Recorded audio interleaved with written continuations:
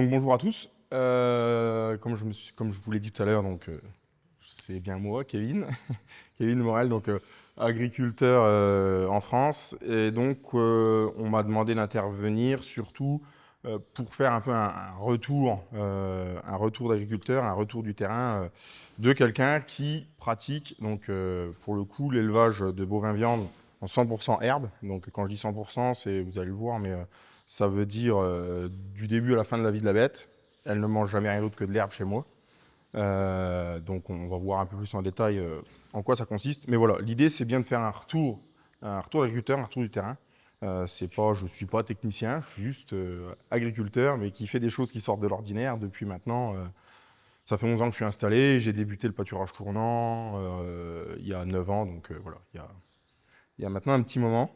Donc les choses qui vont bien à faire et celles qui vont moins bien à faire, je commence à en connaître un petit peu. Pas tout, loin de là, mais voilà.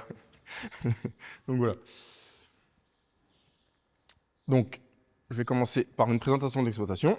Comme je le disais, je suis en France, à la frontière entre la Champagne et la Lorraine. Donc, pas bien loin d'ici, dans un contexte pédoclimatique que je pensais plus proche. Et puis finalement, en arrivant ici, quand j'ai vu que tout était bien vert ici et que chez moi, tout est en train de griller, finalement, c'est assez différent. Surtout qu'on se tape une très grosse sécheresse, là, sécheresse de printemps qui s'éternise. Mais bon, bref, ça on en parlera après parce que c'est un sujet qui devient quand même assez récurrent, hein, le problème de sécheresse. Donc voilà, pour ce qui est du contexte pédoclimatique, je suis principalement... Donc j'ai 3 types de sols sur la ferme, 3 types de sols différents. Une partie de la ferme est en vallée, des grosses argiles qui sont inondables. Donc c'est des argiles qui vont être saines mais inondables. Ensuite, on va avoir tout le tour du village où on va avoir des grosses argiles, encore une fois, humides, hydromorphes. Et un plateau qu'on aperçoit au fond qui, lui, est plutôt limoneux, mais hydromorphe encore une fois. Donc en fait, l'excès d'eau est un problème partout, sur toute la ferme, sauf quelques surfaces plus saines, comme la butte sur laquelle je me tiens quand je prends la photo. Là, par exemple, là, c'est un des rares endroits de la ferme où c'est assez sain. Voilà, mais en règle générale, l'excès d'eau est vite un problème. Donc le piétinement, on en parlera, c'est vite un problème aussi, lorsqu'il y a excès d'eau, ce qui n'est pas le cas en ce moment, mais voilà. Voilà. Donc ça fait 9 ans que je fais du pâturage tournant dynamique. J'ai commencé en 2016. Et depuis 9 ans que j'engraisse aussi tous mes bovins à 100% à l'herbe. Je l'ai fait dès le départ. C'est peut-être un peu fou, mais j'ai débuté directement comme ça. Et puis 9 ans plus tard, j'ai toujours pas changé, donc c'est qu'il doit y avoir des bonnes raisons. La ferme fait 150 hectares, et sur les 150 hectares, c'est de la polyculture élevage. Mais il y a aujourd'hui 100 hectares de SFP, même un peu plus. En fait, je ressème beaucoup d'herbes sur les terres cultivées. Je marche un peu à l'envers de ce qui se fait, je pense, aussi bien ici que chez nous en France, où on a tendance à faire sauter de la prairie autant que possible, faire des céréales, même à des endroits où, pour moi, ça ne mériterait pas. J'ai fait cette erreur en m'installant, j'ai essayé d'en retourner aussi pour faire comme tout le monde. Tout ce qui a été retourné lors de mon installation, aujourd'hui, c'est revenu en prairie. Hein, voilà. Clairement, voilà. Si c'était en prairie, c'est qu'il y avait une bonne raison. Comment ? Chez moi, c'est pareil. Chez les anciens, les avait mis en prairie, il y avait malheureusement. Voilà, c'est ça. C'est comme on dit toujours chez nous, hein, quand tu arrives dans une parcelle cultivée et qu'il reste encore une traverse de chemin de fer à chaque coin, c'est que c'était une prairie il n'y a pas longtemps, donc espère pas faire des grandes cultures terribles, quoi. Voilà. Et puis là-dessus, j'ai aujourd'hui 300 bovins. 300 bovins, il faut comprendre que je suis naisseur-engraisseur. Je garde tout ce qui naît chez moi. Donc les mâles sont castrés et gardés en bœuf. Et les femelles, qui ne sont pas gardées pour le renouvellement, sont engraissées aussi. Le tout à l'herbe, mais ça, on reviendra dessus après. Donc, je suis ici surtout pour parler de pâturage tournant dynamique. C'est quelle race? Alors, pour la race, je suis parti sur une base de charolaises. Mon cédant avait des charolaises. Et puis, je me suis rapidement intéressé à l'aubrac pour diverses raisons, notamment la facilité de naissance, la vivacité des veaux à la naissance, donc une facilité d'élevage quand même bien prononcée. Et puis des animaux plus petits, on en reparlera après, mais voilà, ça aussi, ça va un peu à contre-courant, même si on est de plus en plus nombreux à penser dans ce sens-là. C'est que je ne cherche pas à faire des éléphants, je ne cherche pas à avoir les bêtes toujours plus lourdes. Au contraire, je cherche un gabarit de vache modéré qui permet de sortir des veaux, de jolis veaux au sevrage, sans avoir besoin d'entretenir une vache qui fait 1 tonne, ce qui n'aurait aucun intérêt. Et donc voilà, je suis parti de la base charolaise et je vais vers l'Aubrac. J'ai acheté un petit peu de Genisse Aubrac au début quand je me suis intéressé à tout ça. Et puis finalement, ce que je fais surtout, c'est de l'absorption. C'est-à-dire que j'achète que des taureaux Aubrac, que je mets sur mes vaches charolaises. Et la descendance, je la garde en continuant à mettre de l'Aubrac. Et à force, eh ben, ça va commencer à faire de l'Aubrac. Voilà. Ça met du temps, hein. J'ai commencé en 2017. En 2025, je commence à vendre quand même pas mal de bêtes en pur. Mais bon, voilà. Mais comme c'est un croisement, l'Aubrac charolais qui en plus va quand même pas trop mal. Bon, ça m'a permis de conserver la base charolaise qui, malgré tout, même si je ne suis pas un grand fan de charolaise, elle est adaptée à ma ferme. C'est des vaches qui sont ici depuis toujours, qui ont fait la carrière de mon prédécesseur et de son père avant lui. Donc, quelque part, elles sont adaptées au milieu. Donc, voilà. C'est pour ça que je suis resté quand même sur cette base charolaise en la faisant tourner vers l'Aubrac, quoi. Voilà, voilà. Donc, le pâturage tournant dynamique. Donc, ma façon, je dis bien, c'est ma façon de pratiquer. Je vise toujours les 24 heures de présence par parcelle et jamais plus. Alors, voilà, dans les textes et tous ceux qui ont travaillé le sujet vous diront que jusqu'à 72 heures de présence, normalement, on ne fait pas de bêtises. J'ai tendance à dire que lors de périodes de pousse vraiment intenses, notamment au mois de mai, tout ça, ça repousse tellement vite après pâturage qu'il n'y en a pas pour longtemps à ce que la bête revienne repâturer, la jeune repousse. Donc moi, par défaut, je suis parti dans ce système-là. Une fois que les infrastructures sont mises en place de clôture, d'abreuvement et tout, je fais tout en 24 heures. C'est très rare que les bêtes restent plus de 24 heures dans la même parcelle. Et puis parce qu'au bout d'un moment, c'est une routine de les changer tous les jours. Ça se fait très bien, donc voilà, c'est pas un problème. Donc voilà, tout ce que je vais présenter ensuite, tout est fait en 24 heures quasiment. Voilà. Donc voilà, l'idée de base, c'est de toujours pâturer une herbe au bon stade, parce qu'on recherche des performances animales, évidemment. Et puis on va aussi chercher à faire augmenter la productivité des prairies, hein. C'est quand même aussi une des bases. Et donc le chargement, c'est quand même bien ça qui nous intéresse, c'est d'augmenter le chargement, d'augmenter la quantité de viande produite par hectare. Donc comme je l'ai mis en bas, hein, la promesse qu'on m'a fait quand j'ai débuté dans ce système-là, c'était d'augmenter la production d'herbe de la prairie autour de 20 à 30%. Et puisqu'on a une meilleure valorisation de l'herbe aussi, on gagne aussi sur les GMQ, donc sur la production de viande, de 30 à 40% de viande de plus produite par hectare par rapport à un système en pâturage continu. Toutes les comparaisons que je vais faire, elles sont toujours par rapport au pâturage continu. Ce qui se fait de manière conventionnelle chez nous, et ici aussi, d'après ce que j'ai pu voir en venant, c'est que quand on pâture, la plupart du temps, les bêtes sont lâchées en avril, voire plus tard, malheureusement, et on va les rechercher, on les oublie, on vient les rechercher au mois de novembre. En gros, c'est un peu ça. Donc, tout ce que je vais faire, c'est la comparaison par rapport à ce système de pâturage continu, que je pratique encore. J'en ai encore. Je garde une parcelle témoin quelque part, même si cette année, je me suis amusé à la découper parce que, à force, j'en ai marre de voir des bêtes en pâturage continu. Donc, il me reste plus qu'un tout petit lot en pâturage continu dans une parcelle de 7 hectares qui est isolée et qui m'embête. Donc, bon, voilà, ça reste le lot témoin, mais sinon, ailleurs, même là où je n'ai pas d'infrastructure pour faire du pâturage tournant, j'en bricole avec du fil parce que je supporte plus de les laisser en continu, quoi. Mais voilà. Toutes tes parcelles sont proches de la ferme? Pas du tout. Tout est sur la commune, mais par contre, rien ne communique. Ça, c'est un des gros problèmes. C'est-à-dire que du coup, chaque lot de bêtes est sur un îlot et va y rester la saison. Elle va tourner au sein de cet îlot parce que tout est redécoupé, mais je vais éviter les déplacements d'un îlot à l'autre parce que tout doit se faire en bétaillère.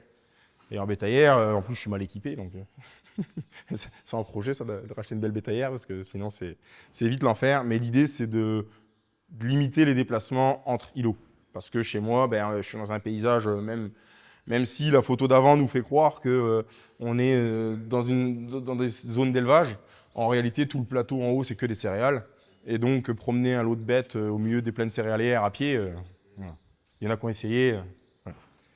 Il m'arrive de le faire. Mais je mets un fil électrique de chaque côté, même sans mettre d'électricité, mais bon, juste pour les conduire.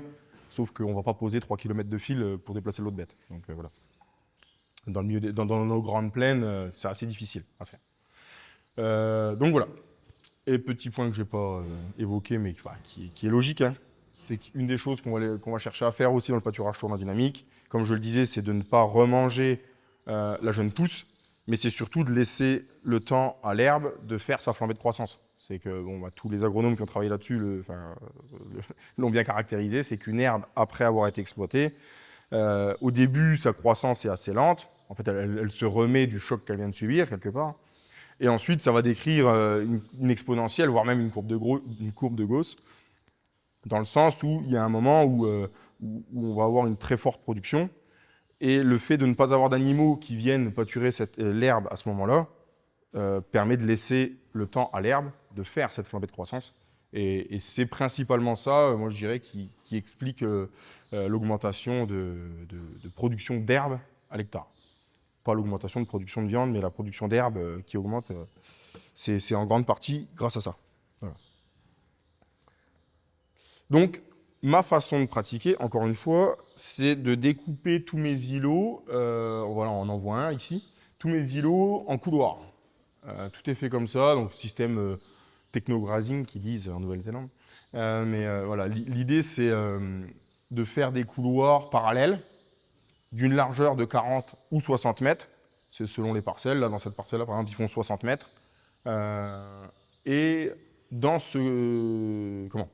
Donc, le couloir fait 40 à 60 mètres de large, selon les parcelles. Et entre deux piquets, sur cette même clôture, on a 25 mètres. Donc 25 par 40, ça nous fait 10 arts. Ou 25 par 60, ça fait 15 arts. Ce qui permet de calculer assez facilement tous les jours la surface qu'on va allouer aux animaux. Parce que c'est un peu ça la gymnastique quotidienne, c'est de savoir combien je dois donner. Est-ce que je donne plus que la veille, est-ce que je donne moins, etc.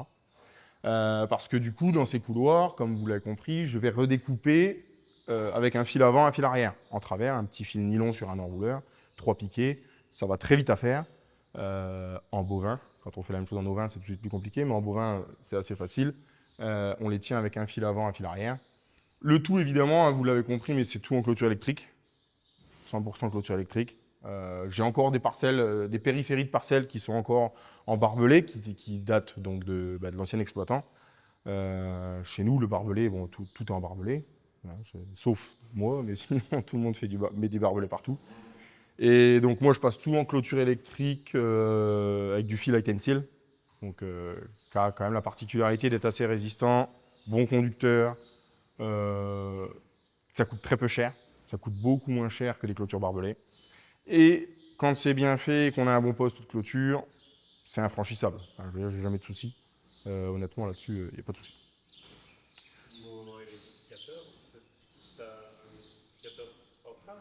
Non, mais à chaque kilo, il y a un électrificateur. Oui. Voilà. Donc, il me demandait si j'avais un électrificateur pour toute la ferme ou, chose qu'on voit régulièrement hein, chez ceux qui ont un parcellaire groupé, comme ici, tu mets un électrificateur sur secteur à la ferme et tu envoies le jus partout, ça va bien, c'est facile, c'est l'idéal même. Sauf que chez moi, comme je l'ai dit, le parcellaire est morcelé, donc je ne peux pas faire ça. Je ne vais pas aller enterrer un fil électrique dans les champs des voisins. Donc, chaque îlot a son propre système de pompage solaire pour l'eau et d'électrification qui sont cumulés. Je vais en parler après, c'est dans la diapo suivante. Mais voilà, sur chaque îlot, on a un truc et c'est 100% solaire. Tout fonctionne au solaire parce que c'est le système le plus simple à mettre en place.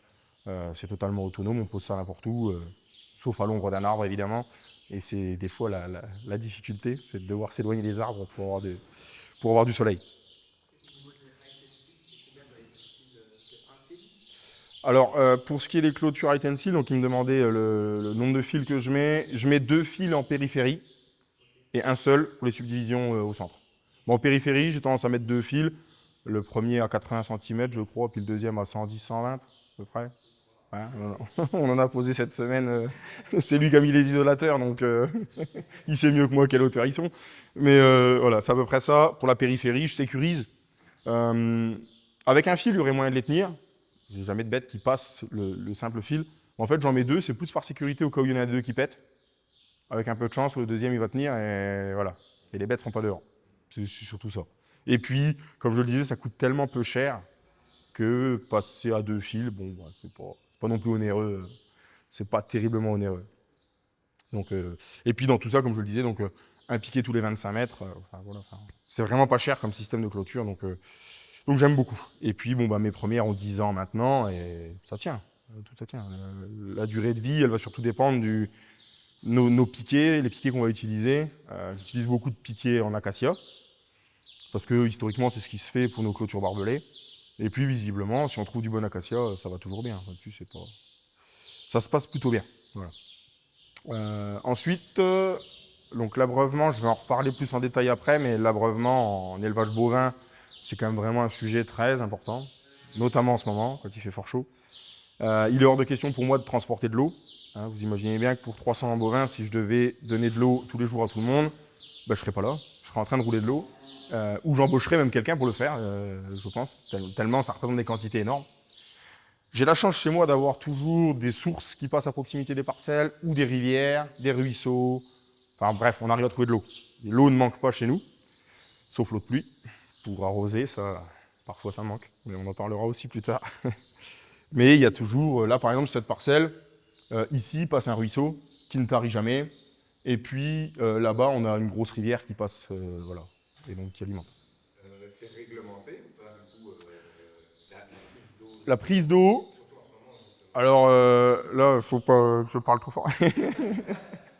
Normalement, il posait la question de la réglementation autour de la prise d'eau. Moi, j'ai toujours entendu dire que pour abreuver des bovins, on ne nous embête pas, personne ne dit rien. La seule chose, c'est que justement, on n'a plus le droit de laisser les bêtes descendre dans les ruisseaux et esquinter les berges, ce que je trouve logique. Hein. Même si ça déplaît à beaucoup de monde, je trouve ça logique. Et donc, du coup, mon système répond à cette problématique-là. Le fait d'aller pomper l'eau avec une pompe qui n'est pas du tout invasive, hein. J'ai une pompe immergée grosse comme ça qui est dans le fond du ruisseau, elle ne gêne personne. Ensuite, je fais monter mon eau en pression dans un surpresseur et j'alimente un réseau. On n'esquinte pas les berges, il n'y a plus de bêtes qui descendent et qui peuvent potentiellement aller polluer la rivière et esquinter le lit, hein, tout simplement. Donc, je pense que justement, vis-à-vis de la réglementation, je suis bien. Normalement, voilà. Je résous au moins ce problème de berges esquintées. Voilà. Donc, toujours sur l'abreuvement, j'enterre. Alors, j'enterre tous mes réseaux d'eau maintenant. Au début, je ne les enterrais pas. Maintenant, tout est enterré. Donc, déjà, pour le gel l'hiver, ça semble évident. Mais encore plus pour la chaleur à cette époque. C'est-à-dire comme je fais tout avec du tuyau PE noir classique, le tuyau alimentaire qu'on trouve un peu partout, un tuyau noir posé au sol en plein soleil en ce moment, il m'est arrivé, donc dans mes premières années, de ne pas arriver à mettre la main dans le bac d'eau, tellement l'eau était brûlante. Donc vous imaginez bien que si vous n'arrivez pas à mettre la main dans le bac, la bête, elle ne va pas boire. Hein. Donc ça ne va pas durer longtemps, je me suis dépêché de tout enterrer. Et puis du coup, le réseau est enterré, l'eau elle sort, elle est à grand max 15 degrés, donc c'est même très agréable. Elle est bien fraîche et c'est super. Et ça pour les bêtes, je pense que c'est important, très important. De l'accès à de l'eau en quantité, et aussi de l'eau fraîche à cette saison, parce que c'est quand même un moyen qu'elles vont avoir, je pense, pour réguler leur température corporelle. D'ingérer de l'eau fraîche, c'est quand même important. Donc ces lignes d'eau sont enterrées, une ligne sur deux. Tout bêtement, hein, là on voit le découpage des couloirs. On va avoir une ligne d'eau sous cette clôture qui est enterrée. Ensuite, sur celle-là, il n'y en a pas. Sur la prochaine, il y en a une, logique. Parce que tous les 50 mètres, donc, je vais avoir une prise, un raccord rapide, sur lequel je viens brancher un abreuvoir mobile, qui est déplacé tous les jours avec les bêtes. Et donc, j'ai besoin que d'une ligne d'eau tous les deux clôtures, parce que ça alimente les deux côtés. Bon, logique, c'est basique, mais c'est important à préciser, puisque ça permet de faire des belles économies aussi. Parce que ce tuyau PE, ça coûte un peu d'argent aussi. Bon, ça reste raisonnable, mais voilà. Comment ? Alors, les tuyaux sont enterrés à l'aide d'une sous-soleuse, une vieille sous-soleuse de mon grand-père, que j'ai demandé à mon père de bricoler, et il m'a ajouté un tube derrière, un fourreau, dans lequel on envoie le tuyau, et puis c'est parti. Et ça va super bien. Sauf quand il fait archi sec comme en ce moment, où c'est un petit peu galère. Mais bon, on a réussi quand même, hein. Elle est rentrée la machine, mais derrière, ça faisait... Et je les enterre comme on veut, mais si je veux descendre à 1 mètre, j'y arrive. Donc, mais... Ouais. C'est ça. En fait, ce que je fais, c'est qu'à l'endroit où j'ai besoin de mettre un raccord, comme j'ai un 3e point hydraulique sur le tracteur, tout bête, au moment où j'arrive, en fait, quand j'enterre le tuyau, bon, déjà, c'est fait au GPS. Voilà, mon tracteur équipé RTK, donc tout est fait au GPS, pile poil au bon endroit. Je mets le compteur de distance du tracteur, et quand j'approche de mes 50 mètres, je commence à relever légèrement le relevage, mais surtout à raccourcir mon troisième point hydraulique, ce qui fait que l'arrière de la sous-soleuse va remonter, et donc sans déterrer ma machine, le tuyau vient affleurer la surface du sol. Et là, à cet endroit-là, je coupe, je mets mon raccord, et je suis reparti. Et dès que je redémarre, je rallonge mon troisième point hydraulique, le tuyau redescend. Et comme ça, mon tuyau vient affleurer terre à chaque raccord uniquement. Et ça a le double avantage aussi, truc tout bête, mais ça, je m'en suis rendu compte plus tard, c'est que du coup, l'eau qui peut rester dedans l'hiver quand il va geler, elle va rester, mais dans les fonds. Elle va jamais rester à l'endroit où le tuyau vient affleurer terre, donc elle reste jamais dans le raccord rapide qui est assez sensible au gel, hein, forcément. Enfin, de toute façon, de l'eau qui gèle, ça a une force terrible, donc faire croire qu'on peut avoir des trucs qui résistent, c'est impossible, hein, ça pète, que ce soit en n'importe quelle matière, ça cassera. Mais donc, cet effet de vague, comme ça, fait que l'eau résiduelle va rester dans les fonds, donc à 80 cm de profond ou même à 60, là où c'est hors gel. Et au niveau du raccord, il ne restera jamais d'eau, donc j'ai plus de problème de gel et de raccord qui pète l'hiver. Parce qu'au début, donc, quand j'enterrais pas mes réseaux, j'étais obligé de démonter tous ces raccords-là l'hiver, parce que sinon, la moindre eau résiduelle dedans, ça gèle. T'arrives au printemps, tout est foutu, tout cuit, donc voilà. Donc encore un avantage à enterrer tout. Et ensuite là-dessus, donc comme je vous le disais, je viens brancher un abreuvoir mobile, donc je ne sais pas si vous le voyez bien, mais voilà, c'est des petits abreuvoirs comme ça, avec toujours pareil, des raccords rapides, exprès pour, quand même, c'est pas du Gardena, hein, c'est pas des trucs de jardin, c'est vraiment des trucs qui sont conçus pour. Un tuyau d'arrosage au bout, et puis enfin voilà, ça se fait pas trop mal. Voilà, donc pour préciser un peu plus concernant l'abreuvant, donc je le disais, réseau en tuyau PE enterré, l'abreuvoir mobile, les raccords tous les 50 mètres, donc tout ça je l'ai déjà passé en revue. Et donc les fameux systèmes de pompage solaire que je mets maintenant dans chaque kilo, c'est ça. C'est souvent 2 panneaux solaires qui alimentent une batterie, le tout par le biais d'un régulateur solaire. Donc ça aujourd'hui, ils se vendent des kits tout faits. Moi, quand j'ai commencé, ça n'existait pas. Je me suis un petit peu cassé la tête pour faire tout ça. Maintenant, ça revient, mais voilà. Et moi, j'ajoute un surpresseur dessus, donc un réservoir à vessie, tout bête. Le truc, tout acheté sur Internet, c'est assez facile. Donc un réservoir à vessie avec un pressostat pour pouvoir monter l'eau en pression et avoir de la pression à chaque raccord et donc dans mes abreuvoirs. Parce que sinon, chez moi, c'est archi plat, donc tu peux pas... Comment ? Oui, donc tout est en 12 volts. Tout est en 12 volts. Là, j'hésite à repasser certaines pompes en 24 volts pour gagner en débit. Parce que je suis juste sur certains gros lots de bêtes par ces chaleurs. Le débit est un peu limité, mais comme c'est des pompes immergées, je ne travaille plus qu'en pompe immergée maintenant. Pompe immergée qui accepte du 12 comme du 24 volts. Donc je pense les passer en 24 parce qu'on gagnerait pas mal en débit. C'est l'alimentation est gérée par le surpresseur. Le réservoir à vessie qu'on ne voit pas, là j'ai pas pris la bonne photo pour ça, mais un réservoir à vessie, donc avec une membrane dedans, qui permet de gérer la pression et donc de monter en pression l'eau. Et dessus, il y a un petit pressostat que je règle comme je veux. Moi, ils sont réglés souvent à 3 bars, donc ils s'arrêtent. La pompe s'arrête quand j'arrive à 3 bars et elle se remet en route en dessous d'un bar 5 ou un bar 2, quelque chose comme ça. Voilà. Donc c'est ce petit pressostat qui vient redéclencher ma pompe pour garantir toujours d'avoir de l'eau en pression dans le réseau. Et ça évite que la pompe tourne en continu aussi. Je me suis jamais rien fait voler pour le moment. Donc voilà. Finalement, c'est la même chose comme une installation à la ferme. Oui, oui. La même chose, ça stocke ta ballon, je sais pas, avec la membrane, ça coûte quand même un peu, je sais pas si tu as Ouais, je suis pas cher parce que je prends des 100 litres. Voilà. Je prends des petits en 100 litres, les réservoirs. Parce que c'est vrai que les plus gros coûtent vite cher, alors qu'un petit de 100 litres, ça doit coûter 50 balles sur Mano Mano. Ouais, ça vaut rien. Donc c'est cool. Là où c'est fragile, c'est le pressostat. Les pressostats sont conçus pour travailler dans des bâtiments, justement, pour travailler, c'est souvent des trucs domestiques. Donc ils n'aiment pas être dehors toute l'année. Et donc j'en ai un carton d'avance et puis quand ça va pas, je le change. Ben, encore une fois, c'est des trucs que j'ai sur Internet pour pas bien cher. Et dès que ça commence à déconner, on le change, terminé. Parce que ça rouille, enfin voilà, ils apprécient pas vivre dehors. Et j'ai encore pas trouvé de pressostat qui supporte vraiment peut-être de vivre dehors. Là, j'en ai trouvé qui sont classés IP44 dans les règles, enfin dans les normes. Donc c'est déjà bien. Il y a déjà une petite résistance à l'humidité et à la poussière, mais bon, c'est encore pas fou. Ça vieillit mal. Au final, ce que tu payes en plus pour le B44, Oui, voilà, c'est ça. Donc, c'est ça. Tu les rechanges régulièrement et puis voilà. Et donc, bah, comme je l'ai écrit, je m'en tire pour une installation comme ça, à 1 500 €, vous avez une installation. Donc, c'est pas. Bon, bah, pour une parcelle de 2 hectares, c'est cher. Pour un îlot comme celui-ci en bas qui fait 18 hectares, eh ben, ramener à l'hectare et amorti sur plusieurs années, bon, bah, on va même pas compter, ça sert à rien. Enfin, voilà, c'est pas... c'est des charges qui sont quand même très très faibles, d'autant que l'eau est gratuite derrière. Donc, j'ai vu les électrificateurs, je travaille avec les Gallagher, les S200 et tout ça. Faut bien les planter. Faut bien les ranger. Et donc moi j'ai pas de souci de vol, c'est vrai qu'aucun souci de vol d'électrificateur ni de tout ça. Et d'ailleurs l'électrificateur est branché au même endroit, hein. Mais lui l'électrificateur je le fais pas passer par le régulateur, je le branche directement sur la batterie. Comme ça si j'ai une fuite d'eau, ça c'est des détails tout bêtes, hein, mais si j'ai une fuite d'eau qui vient donc vider ma batterie, parce que la pompe elle va tourner toute la nuit non-stop, hein, la batterie va s'épuiser, le régulateur solaire à un moment il va dire bon ben il n'y a plus assez de courant donc on arrête la pompe.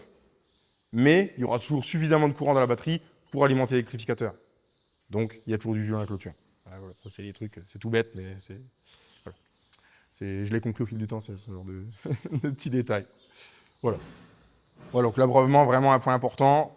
Évidemment, autant en bâtiment que dehors, ça change pas. Avec des bovins, c'est vraiment très important. Mais je voulais vraiment en parler parce que c'est souvent une contrainte qui est donnée aussi. Quand on a des parcellaires éclatés comme le mien, que les gens me disent bah oui mais moi j'ai pas l'eau, j'ai pas accès au réseau d'eau du village. Bah ça tombe bien moi non plus et j'ai réussi à me débrouiller malgré ça quoi. Voilà, c'est souvent le gros problème, c'est souvent le gros point. Donc voilà. Parce que c'est vrai que s'il faut commencer à rouler de l'eau tous les jours, bon certains le font, hein, certains n'ont pas le choix. Quand il n'y a pas d'eau, quand vous faites un forage que vous ne trouvez pas d'eau et que vous êtes loin de tout, et bon bah à un moment il n'y a pas le choix. Mais il existe des solutions. Et il faut savoir qu'avec un système comme ça, on peut aussi pomper dans un forage de 50 mètres de profond, hein. Ça va remonter. On va peut-être dimensionner l'installation un peu plus grosse, parce que remonter de très profond, il va quand même falloir de l'énergie. Donc il suffit d'augmenter le nombre de panneaux solaires, hein. Un panneau solaire, ça vaut 150 balles. C'est pas... On en met 3 ou on en met 4 s'il faut, ça va aller, ça se fera. Donc voilà. Voilà la solution que moi j'ai trouvée pour pallier à ce problème. Là, excuse. Oui. Ça, c'est le point-là, je viens de dire, c'est très important. Ça, ce qui fait peur à tout le monde. Oui. Dans les vaches allaitantes, je constate ça toujours. Putain, moi, avant, je fais un petit tour matin chez les bêtes, je rentre avec le 4x4 à la barre, en passant, en village, je prends un coup avec mes copains, et je rentre midi. Et c'est fait. Oui. Que courir derrière mes bêtes avec des mouches, au fond, il n'a pas vite fait. Mais non, c'est même un très gros gain, il peut toujours rouler, passer par la barre, mais c'est le rigueur. Comme on a parlé hier soir, Sarah, il y avait fait ça. C'est tout, si nous voulons faire bien, c'est le rigueur. Oui. Et après, il y a plaisir. Le rigueur, il vient automatique après, et c'est une fois c'est automatique, c'est bien fait, tu le fais tous les jours. C'est ça. Ouais. Et ça va très vite. Voilà.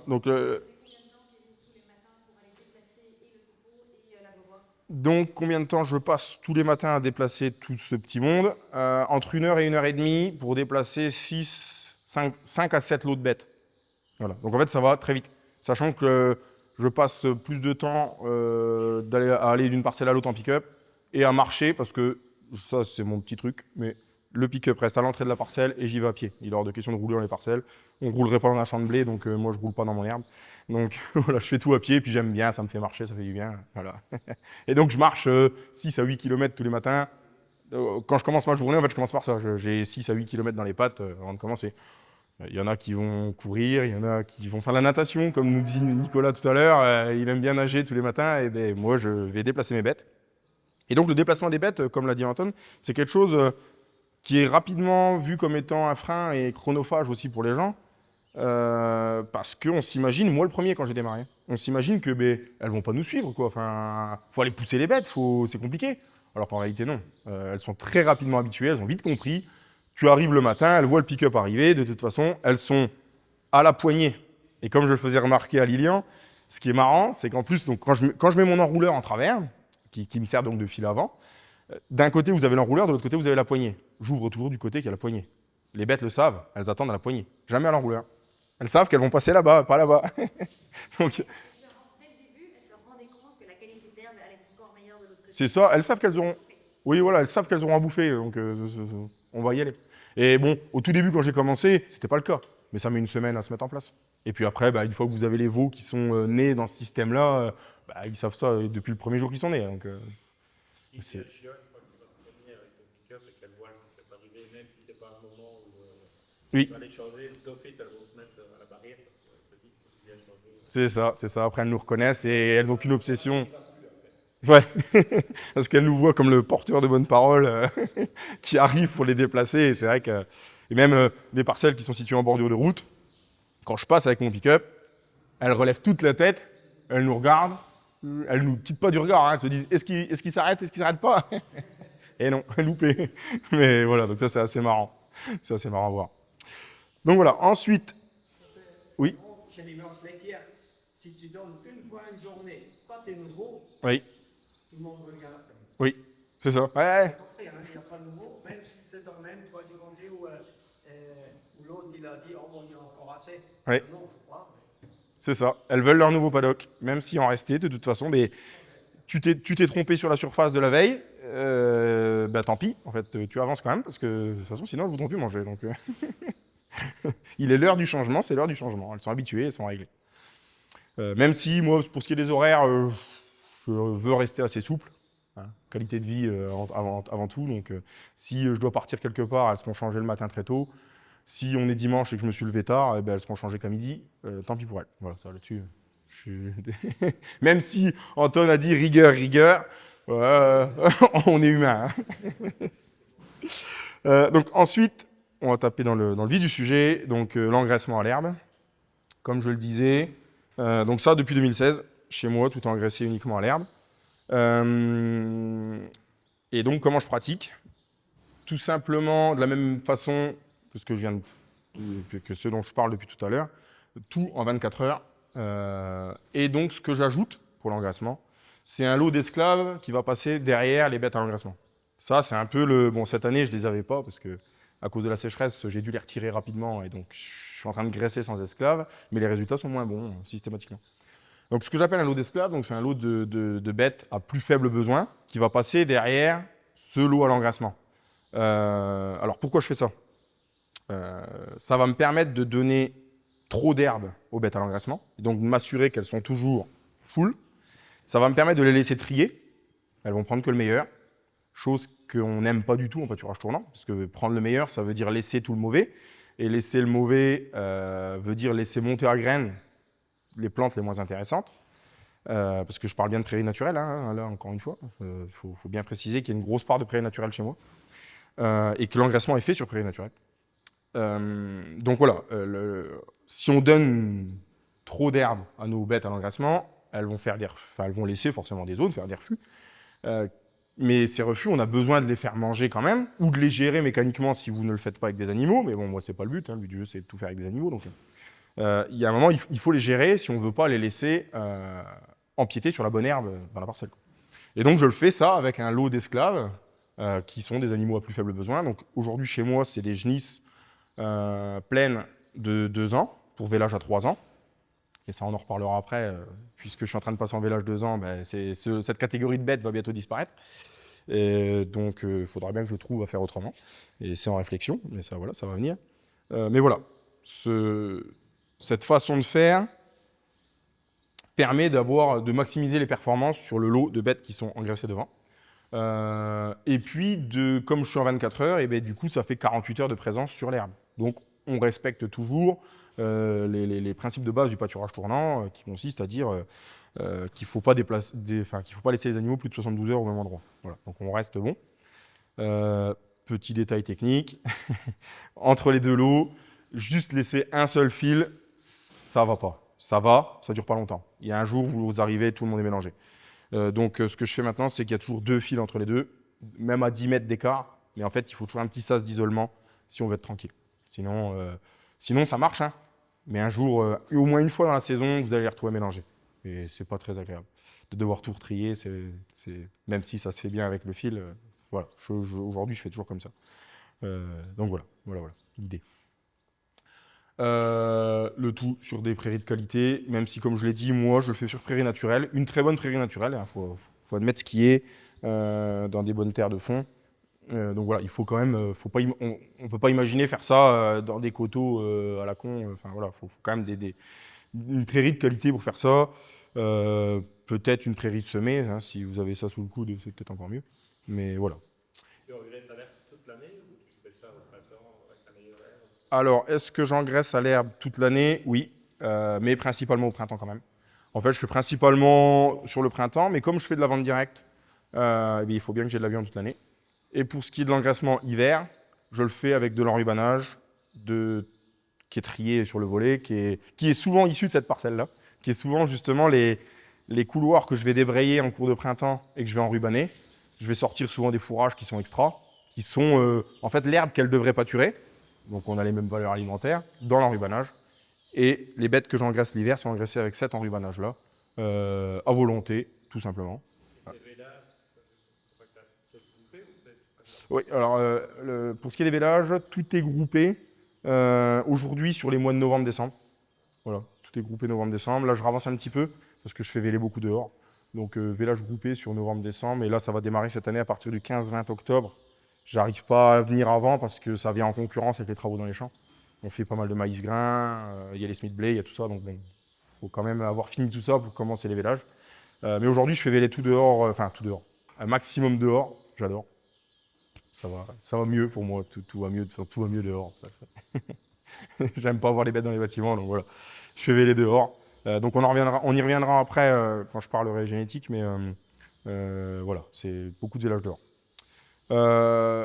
Pour ce qui est des résultats donc, sur l'engraissement à l'herbe, donc depuis 9 ans d'engraissement à l'herbe, je suis en moyenne à 390 kg de carcasse, toutes classées en moyenne R+3. Il m'arrive de faire des bêtes classées 4 en engraissement. Donc, au début, je n'aurais pas cru non plus, mais en fait, pour faire du gras, c'est pas si compliqué. Et puis, 390 kg de carcasse, parce que j'ai pas des éléphants, j'élève pas des éléphants. Hein, moi, mes charolaises sont déjà pas des très grosses bêtes. Mais en plus, aujourd'hui, avec l'aubrac, ça ramène pas de taille, hein, au contraire. Hein. Le but du jeu, c'est d'avoir des animaux. Je vise du 650 kg sur la vache adulte, c'est bien. 700 maxi. Donc là, la moyenne de 390, c'est pour les catégories bêtes, des bœufs, des femelles de réforme, les vaches, toutes bêtes confondues. Voilà, donc voilà, ce résultat à 390 kg carcasse, c'est bien la moyenne de toutes les catégories confondues, y compris la cagne malade qui a chopé la paratube ou je sais pas quoi. Elle est dedans. Voilà. Enfin, voilà. Et si tu isoles les bœufs, Les bœufs sont au-dessus. Les bœufs ont tendance à faire plus en règle générale. Donc les bœufs pèsent plus que leurs sœurs, que les femelles. Malgré que je fais une castration à l'élastique dans les premiers mois, hein. C'est castré très très jeune. Mais en fait, on a quand même, donc malgré qu'on supprime les hormones, je ne sais pas comment ça fonctionne, mais on a des bêtes quand même qui ont beaucoup plus de taille et qui sont toujours plus lourds que leurs sœurs. Puis bon, les vaches de réforme, ça varie assez fort. Hein. Je tue encore des vieilles charolaises qui des fois pèsent quand même. Il faut dire qu'elles sont aussi dans le calcul. Mais, voilà. l'âge d'abattage, Donc, à quel âge sont abattus mes bœufs? On est sur du 28, idéalement 28-32 mois, même si en réalité, ça ressemble plus à du 28-36 à cause de la vente directe, parce qu'il en reste quelques-uns qui traînent plus tard en saison. Mais là comme j'arrête la vente directe ou je ralentis très fortement, bientôt tout sera tué et puis voilà, terminé. À cette saison, tout sera bientôt tué. Donc, je suis en train de ressaisonner du coup l'engraissement, puisque je fais moins de vente directe et que le cheptel augmente. Donc, voilà. C'est pas tout ce qui part en direct. Non, en vente directe, il y en a très peu et il y en a de moins en moins et bientôt plus du tout. Donc voilà, compte tenu des cours, voilà. Il n'y a plus tellement d'intérêt sauf à vendre la viande très très chère. Hein. C'est ça, elle ne reviendra jamais. Voilà, ça là-dessus, quand je parle de la vente directe, c'est vrai que ça c'est un souci, c'est qu'il ne faut pas avoir besoin de s'y remettre demain. Parce que quand les clients ne seront plus là, ils ne seront plus là. Voilà, c'est évident. Mais bon, j'ai confiance en l'avenir. Et puis, le fait que voilà, bon, la ferme est amenée à s'agrandir, donc je vais avoir d'autres préoccupations que de jouer à la marchande. Voilà, ce que je dis toujours. Parce que comme je suis seul sur la ferme, faire les ventes, c'est bien. Mais quand je suis en train de vendre, il n'y a personne qui fait le boulot. Hein. Et donc, ça m'est déjà arrivé plus d'une fois. La vente est prévue ce jour-là. Oui, sauf que ce jour-là, il faut aussi presser le foin parce qu'il va pleuvoir ce soir. Tu fais quoi? Bon, tu essaies de trouver un ami, une amie qui va faire la vente à ta place en priant pour que ça se passe bien. Bref, et c'est des moments de stress intenses. Donc, je veux plus trop de ça. Voilà. Et je me suis rendu compte, justement, en discutant avec des collègues qui font eux aussi de la vente directe, ils sont rarement seuls sur la ferme. L'explication, elle est là. Et ils sont souvent plusieurs sur la ferme. Il y a au moins madame qui gère ou ils sont plusieurs associés ou c'est souvent voilà, des exploitations familiales. Il y a toute la famille qui est là, donc il y a toujours quelqu'un pour s'occuper de faire la vente s'il y a du boulot dans les champs. Ce n'est pas le cas chez moi, donc bon, même si j'ai l'aide de mon père sur la ferme, mais voilà. On a quand même beaucoup de boulot sur la ferme et s'il y a du foin à faire, on est déjà tous les deux au foin, par exemple. Voilà. Pour continuer donc sur les résultats de l'engraissement à l'herbe, donc autre chiffre intéressant, enfin moi qui me parle beaucoup, c'est le nombre de carcasses vendues par hectare et par an. Donc là, c'est pas uniquement l'engraissement, mais c'est bien, ça prend bien en compte tout le système. Aujourd'hui, je tourne autour de 0,6 carcasses par hectare et par an, par hectare de prairie. Hein, logique, puisque je donne que de l'herbe de toute façon. Donc mon herbe, elle vient forcément des prairies et pas des surfaces en culture. Ce qui nous apporte un poids, une quantité de kilos de viande abattus par an de 240 kg carcasses par hectare et par an. Et ça, il faut bien comprendre que dedans, il y a des prairies naturelles très mauvaises, très humides, des fonds pourris où il ne pousse pas grand-chose, et des prairies, des bonnes prairies. Quoi. Ça c'est vraiment... ça mélange les deux. Comment? Voilà, non, il n'y a aucun achat d'animaux. Là, on parle vraiment en cycle fermé. On parle vraiment d'animaux qui sont tous nés chez moi et abattus chez moi. Voilà. Et sans achat de fourrage. Et sans achat de fourrage. Bon, j'achète quelques hectares d'herbe sur pied à mon oncle dans le village d'à côté, mais bon, c'est l'affaire de 5-6 hectares. Bref, je ne sais pas s'il faut prendre en compte. Quoi. Bref, c'est pas ça qui change les chiffres à la fin. C'est plus un stock de sécurité qui sera le bienvenu cette année pour le coup. Mais voilà. Donc voilà, et ça, j'ai pour espoir, j'ai pour objectif, c'est important de se fixer des objectifs aussi, de monter aux alentours de 300 kg par hectare et par an.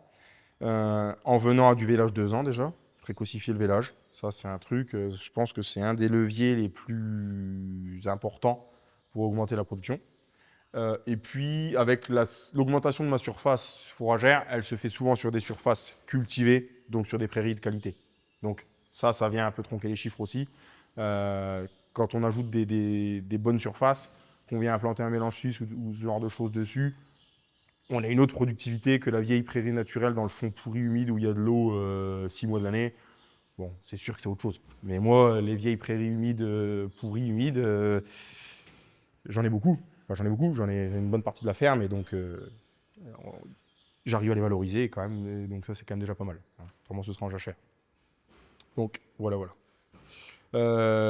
Donc tout ça, c'est bien mignon dans un monde merveilleux où tout va bien, où il pleut quand il faut et il fait beau quand il faut. Mais ce n'est pas toujours le cas, notamment en ce moment chez nous, même si ici, vous êtes peut-être moins concernés. Mais les sécheresses estivales donc, sont de plus en plus récurrentes. Aujourd'hui, soit on a une année pourrie comme 2024 où les bêtes pataugeaient dans la flotte au mois d'août, enfin toute l'année. Le premier ou dernier jour de l'année, chez moi, ça a pataugé dans la merde. Il y a eu des petits épisodes d'accalmie où ça allait un peu mieux, mais en gros, à chaque nouvelle averse, ouf. Mais la plus grosse tendance, c'est quand même les étés très secs. Là, moi, pour vous situer un petit peu la chose, depuis le 1er mars, chez moi, il est tombé 100 mm. On est le 1er juillet. Voilà.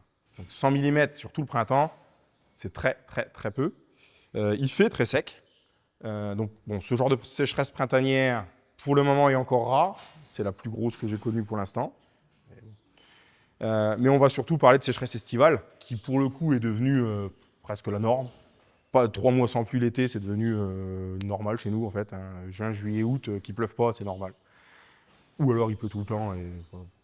Mais il y a quand même un certain nombre d'années où il ne pleut pas du tout de l'été, donc 2018, 2019, 2020, 2022 et donc 2025. Voilà, on a eu ce cas de figure. Enfin, 2025 n'est pas fini, mais bon, on est déjà dedans. Hein. Avec 40 degrés annoncés cet après-midi, on va se rendre compte que quand bien même il pleuvrait, de toute façon, on a quand même un problème de gestion estivale. Donc pour ça, j'ai deux façons de réagir en fonction des besoins des animaux surtout. Je vais avoir tous les animaux à fort besoin. Donc ça va être les veaux sevrés. Là, moi, aujourd'hui, tout est sevré ou en cours de sevrage. Donc ces veaux-là qu'on vient de sevrer, ils ont des gros besoins. Ça paraît évident. C'est les animaux en croissance. Et puis, même les bêtes de 18 mois, j'essaie de les privilégier aussi. Ou alors les bêtes à l'engraissement s'il en reste. Donc pour tous ces animaux-là, je vais implanter des flores spécifiques avec des espèces qui vont tenir le sec et la chaleur. Donc moi, j'ai tout misé sur la chicorée depuis 2016. La base, c'est la chicorée fourragère. Chicorée fourragère qui a comme inconvénient d'être très sympa en première année, parce que c'est une bisannuelle, donc la première année, elle va produire que de la feuille, c'est super, c'est génial. Puis dès la seconde année, elle va produire que de la tige. C'est nettement moins cool, ça vaut plus rien, c'est la misère. Donc, ça veut dire resemis tous les ans, obligatoire. Donc moi, j'intègre ça dans ma rotation céréalière. Mais par contre, j'ai eu des soucis avec la chicorée en pur, j'ai eu des soucis de météorisation et d'entérotoxémie. J'ai perdu énormément de bêtes 2 années consécutives, en 2021 et 2022. Donc, il a fallu retravailler le sujet. Et c'est comme ça que sont arrivés les sorgho. Le trèfle d'Alexandrie l'avait velu, mais surtout le sorgho. Le trèfle d'Alexandrie, je le mettais déjà avant. Mais le trèfle d'Alexandrie, son problème, c'est qu'il va être présent lors du premier pâturage. Mais ensuite, avec le sec, en fait, il repart jamais. La seule plante qui repart, c'est la chicorée. Le sorgho, par contre, lui, a tendance à quand même réussir à repartir, tant bien que mal. Mais il tient quand même mieux. Et puis, un sorgho multicoupe va avoir tendance à repartir, à fournir de la fibre qui est, je pense, le problème que j'ai eu avec la chicorée en pur. Une chicorée hyper feuillue, on n'a pas tellement de fibres. C'est très riche, ça permet de faire des très grosses perfs.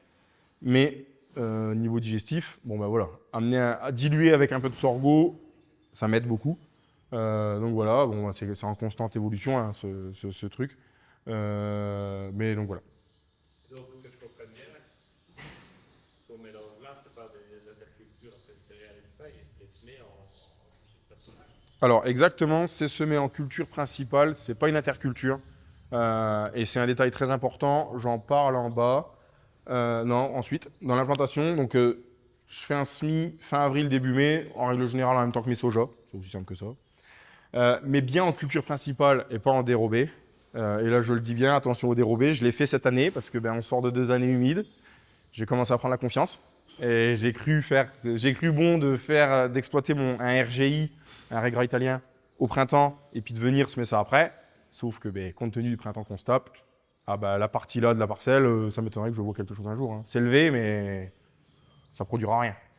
Donc l'idée c'est bien en culture principale. Moi chez moi tout est en semi-direct, hein, toute la ferme en semi-direct. Donc bon voilà, semi-direct avec un paillage si possible. Donc pour préserver vraiment la RU du sol, garder bien toute l'humidité, toute l'eau de l'hiver bien dans notre sol. Et c'est ça en fait que la chicorée va venir valoriser tout l'été. Et c'est grâce à ça qu'elle va pousser. Faut pas croire qu'on va faire pousser de la chicorée sur un tas de cailloux. Ça c'est une erreur que je vois trop souvent. Les gens ils disent j'ai une parcelle séchante là-bas, je mettrais bien de la chicorée parce qu'il paraît que ça tient le sec. Non, si t'as pas de terre, ça tient pas. Elle fait pas pleuvoir la chicorée. Mais par contre, elle est capable de valoriser l'eau dans le sol et le sous-sol. Chez moi, les sous-sols très argileux, elle envoie des pivots à 2 mètres de profond dans l'argile. Alors ça, après, du coup, de toute façon, elle est imbattable. Une fois qu'elle est descendue, elle était tranquille. Donc voilà, l'idée, c'est bien de valoriser l'eau qui est tombée l'hiver, mais de la valoriser l'été. Et ça, si on a déjà mis une culture avant qui a pompé toute la RU, la chicorée, elle crève de soif comme le reste. Faut pas, voilà. Je mets prairie temporaire, je crois. Ouais, parce que je trouve pas il n'y a pas de case. Une année, j'avais mis fourrage autre, FAG, là, je crois que c'était ça le code. Puis bon, qu'importe, je mets ça prairie temporaire maintenant. On arrive à mettre ça sous métail, MC et MLC? Dans les MLC? faut peut-être changer un truc ou des tu mets portions. un peu de C'est céréales. comme ça qu'il y a les 60 € à l'hectare. C'est ça, c'est ce que j'ai fait cette année, oui. Depuis l'année dernière, c'est déclaré MLC maintenant. Parce qu'en fait, il y a le sorgho. Donc officiellement, le sorgho, c'est ma graminée. Et le trèfle d'Alexandrie, qui est ma légumineuse. Donc, voilà. Oui, c'est les MLC, donc les mélanges légumineuses céréales. Et là-dessus, on a la prime de 130, 150 €, comme tu dis, Anton. Oui. Moi, je l'ai fait en culture principale, je le sème en automne. Et si c'est fait après si c'est la culture qui reste plus longtemps à la parcelle, C'est elle la culture principale. Ouais. Si je aussi la partir du 1er mai, dans 15, le truc principal, mais c'est un truc. Et même si tu la récoltes en mondial. Oui. Ici pas. Ouais. Protéines. Ouais, chez nous, Protéines, c'est 70%. Ici en Wallonie, tout le monde faisait ça en fait. oui. Les médailles affinées et tout ça. Et donc maintenant, tu as deux codes. Tu as le code récolté On a ça. en filage et tu as le code récolté en. En France aussi, on a deux types, hein. Il y a les légumineuses graines et les légumineuses fourragères. C'est deux codes différents. Il y a plusieurs codes qui rentrent dans chaque case, mais c'est deux choses différentes, c'est deux primes différentes qui aujourd'hui sont similaires d'ailleurs en termes de somme. En ter- Les céréaliers, ça fait l'entrée de pression. Il y a un parti qui est parti vers les Ouais. éleveurs. Ouais. Et ils n'aiment pas du tout. Et à l'époque, avec le soin, le ministère qui a poussé l'agroécologie, Ouais. avec lui, ils ont arrivé à mettre les métailles dedans. C'était à un moment avec des prix très bas, hein, l'élevage. Ouais, ça payait plus. Des produits à la ferme, c'est quand même. Mm. On a besoin de moitié soja ou même plus. Bien sûr. C'est quand même la sauce. Il y a une sauce. Bien sûr. Et donc bon, voilà, c'était Ça, c'est touché ou c'est pas turé? pâturé. On parle pâturage. Ouais, je pâture tout ce que je peux. Parce que chez moi, donc le pâturage, c'est 9 mois sur 12 quasi. Et la seule raison pour laquelle je pâture pas l'hiver, enfin que je rentre les bêtes en bâtiment, c'est parce que j'ai pas de sol suffisamment portant. Sinon, si je le pouvais, de toute façon, je serais dehors tout le temps. Et j'ai des animaux qui hivernent dehors. J'avance sur le sujet petit à petit, mais je cherche surtout des surfaces de sol portant. Parce que c'est mon seul frein, il est là. Sinon, techniquement, on sait faire. Laisser les animaux dehors, les faire pâturer, les affourager, etc. On va en parler même un peu après, mais ça, voilà. C'est juste que chez moi, bon, dans les argiles humides, il y a un moment, il n'y a pas de solution. Donc voilà, donc pâturage 24 heures obligatoire, comme je le dis, pour la bonne et simple raison. Alors vous allez dire, je suis un fan du 24 heures, mais pour la bonne et simple raison que quand vous les lâchez dans un fourrage comme ça, ce qui n'est pas mangé en 24 heures reste au sol et piétiné. Donc voilà, c'est aussi simple que ça. J'arrive à pâturer ça 60 à 70 jours après semis, ça va assez vite, hein. Vu la date de semis, on est sur des moments où c'est très poussant, donc ça va très vite. Donc à partir de maintenant, là, début juillet, on peut commencer à se jeter dedans, ça va tout seul. Et oui, attention, donc au ralentissement de la pousse à l'automne, ça je me suis déjà fait un peu piéger avec ça, c'est que ça reste des plantes qui aiment la chaleur. On arrive début octobre, dans nos régions, et c'est peut-être même encore pire ici, il fait frais, ça ne pousse plus. Ça s'arrête assez vite et assez brutalement, donc il faut avoir prévu la suite des événements, il faut l'avoir prévu avant. Chez moi, ce qui se passe, c'est qu'en général, quand elles sortent de là-dedans, elles vont dans les couverts végétaux, d'interculture pour le coup, qui sont semés derrière les céréales. Ça rentre dans une rotation ou tu reviens chaque année avec Oui, donc oui, comme je l'ai dit au début, c'est bien en rotation. Là derrière, avant c'était un blé, derrière ce sera un blé. Voilà, entre deux blés, crac, crac, paf, paf, ça va bien. Ça va bien, même si la destruction de la chicorée est assez compliquée. Maintenant, j'ai trouvé comment faire, mais j'ai galéré pendant quelques années pour détruire la chicorée. Aujourd'hui, voilà, déjà, comme chez moi tout en semi-direct, je commence par un glypho pleine dose à l'automne sur une chicorée qui a déjà bien repoussé, pour qu'elle en prenne quand même bien. Et au printemps, il n'y a pas meilleur que l'allier, un méthsulfuron pleine dose aussi. Et avec ça, on fait déjà du boulot. Et si nécessaire, un Chardex, donc une hormone dans le blé plus tard. Mais c'est vrai que c'est costaud à détruire la chicorée. Une fois qu'elle est là, elle est là. C'est un peu son inconvénient. direct et tout ça, ta structure, c'est quand même fort, les compactions et tout ça. Une année 2024 où tu ne fais pas pâturer comme ça, que tu reviens avec un blé après au direct, c'est blé. Donc, la question portait sur l'impact sur la structure du pâturage dans ce genre de fourrage. Et c'est vrai qu'une année comme 2024 humide, dans mon blé qu'on va moissonner dès que je rentre, qui est semé derrière ça, là, il y a j'ai eu un peu de pertes à la levée, mais qui sont surtout liées aux 80 mm que j'ai pris le lendemain du semis, hein, pas de peau, et donc un peu d'eau qui a dormi dans le sillon et des grains qui ont pourri. Mais sinon, on a souvent une structure qui est un peu serrée sur les premiers centimètres, parce que le piétinement des bêtes, surtout chargé comme ça, ça se connaît, hein. Mais en profondeur, ça n'a pas de mauvais impact. Et au contraire, hein, des plantes comme la chicorée ou le sorgho ont tellement des systèmes racinaires formidables qu'en profondeur, on fait un très bon boulot. Mais dessus, oui, ça sert quand même un petit peu. Mais voilà, globalement, c'est plutôt positif sur la structure. Mais bon, Pas avoir des endroits, des abois où ça piétinait plus que d'autres dans le blé derrière. dans le blé, non. non, ça ressort pas. Sauf si, comme je le dis au moment du semis, si la place de l'abreuvoir, la dent du semoir ou le disque du semoir taillé dans la merde et que ça lève pas, là, t'as un trou. Mais sinon, si le blé a bien levé comme ailleurs, on voit jamais rien. Alors, attention, toujours pareil, j'ai 11 ans de semis direct derrière. Donc, en fait, les sols, aujourd'hui, ça tourne très bien. La parcelle là, c'est des limons battants hydromorphes. L'analyse de l'année dernière me donnait 10% de matière organique. Alors que j'ai pris la ferme, elle était à 3%. Donc en 10 ans, je suis passé de 3 à 10%, ce qui est énorme. J'ai envie de refaire l'analyse parce que j'y crois qu'à moitié, honnêtement. Ça paraît trop beau pour être vrai. Mais dans d'autres parcelles, j'ai des évolutions qui sont assez semblables. Donc il se passe quand même quelque chose. Bon, après, quand vous faites pâturer ça, entre le peu de résidus ça va laisser un peu de résidus au sol, c'est tout noir de bouse derrière. Donc bon. Faut aussi comprendre que là, ça fait du bien, c'est sûr, c'est obligatoire. Oui, voilà, on a forcément beaucoup d'exudats racinaires qui sont rejetés. J'avance parce que je vais me faire disputer. Il est 10h30. Voilà, il est 10h30. Et donc, pour ce qui est de la production, je table sur des 6-8 tonnes de matière sèche par hectare et par an là-dessus, donc comme une prairie basique, quoi. On vise pas les sommets, on vise surtout de venir combler un moment où il y a un trou dans le bilan fourrager. C'est surtout ça. Et c'est vraiment pour une catégorie d'animaux précis. Les animaux à besoin. Parce que pour les animaux, on revoit encore des photos de ma chicorée. Bon, on voit pas bien, mais voilà. Donc ça, c'était en 2022. Derrière, c'est le désert. La seule parcelle verte de la plaine, c'était la chicorée. Voilà. Et puis les animaux qui sont, on voit pas bien, mais ça, c'est des veaux qui venaient 2 mois après sevrage, qui sont dans un état terrible. Ils sont vraiment pétés. Ils font plus de 1000 grammes de GMQ au mois d'août-septembre. Donc, voilà, je trouve ça sympa. Et la deuxième façon de gérer ces sécheresses estivales, donc cette fois-ci pour les animaux à faible besoin, donc ça va être les vaches taries. Ça va être ici en photo, c'est beaucoup mes genisses pleines pour vélage 3 ans, donc qui vont disparaître puisque je veux véler à 2 ans. Mais voilà.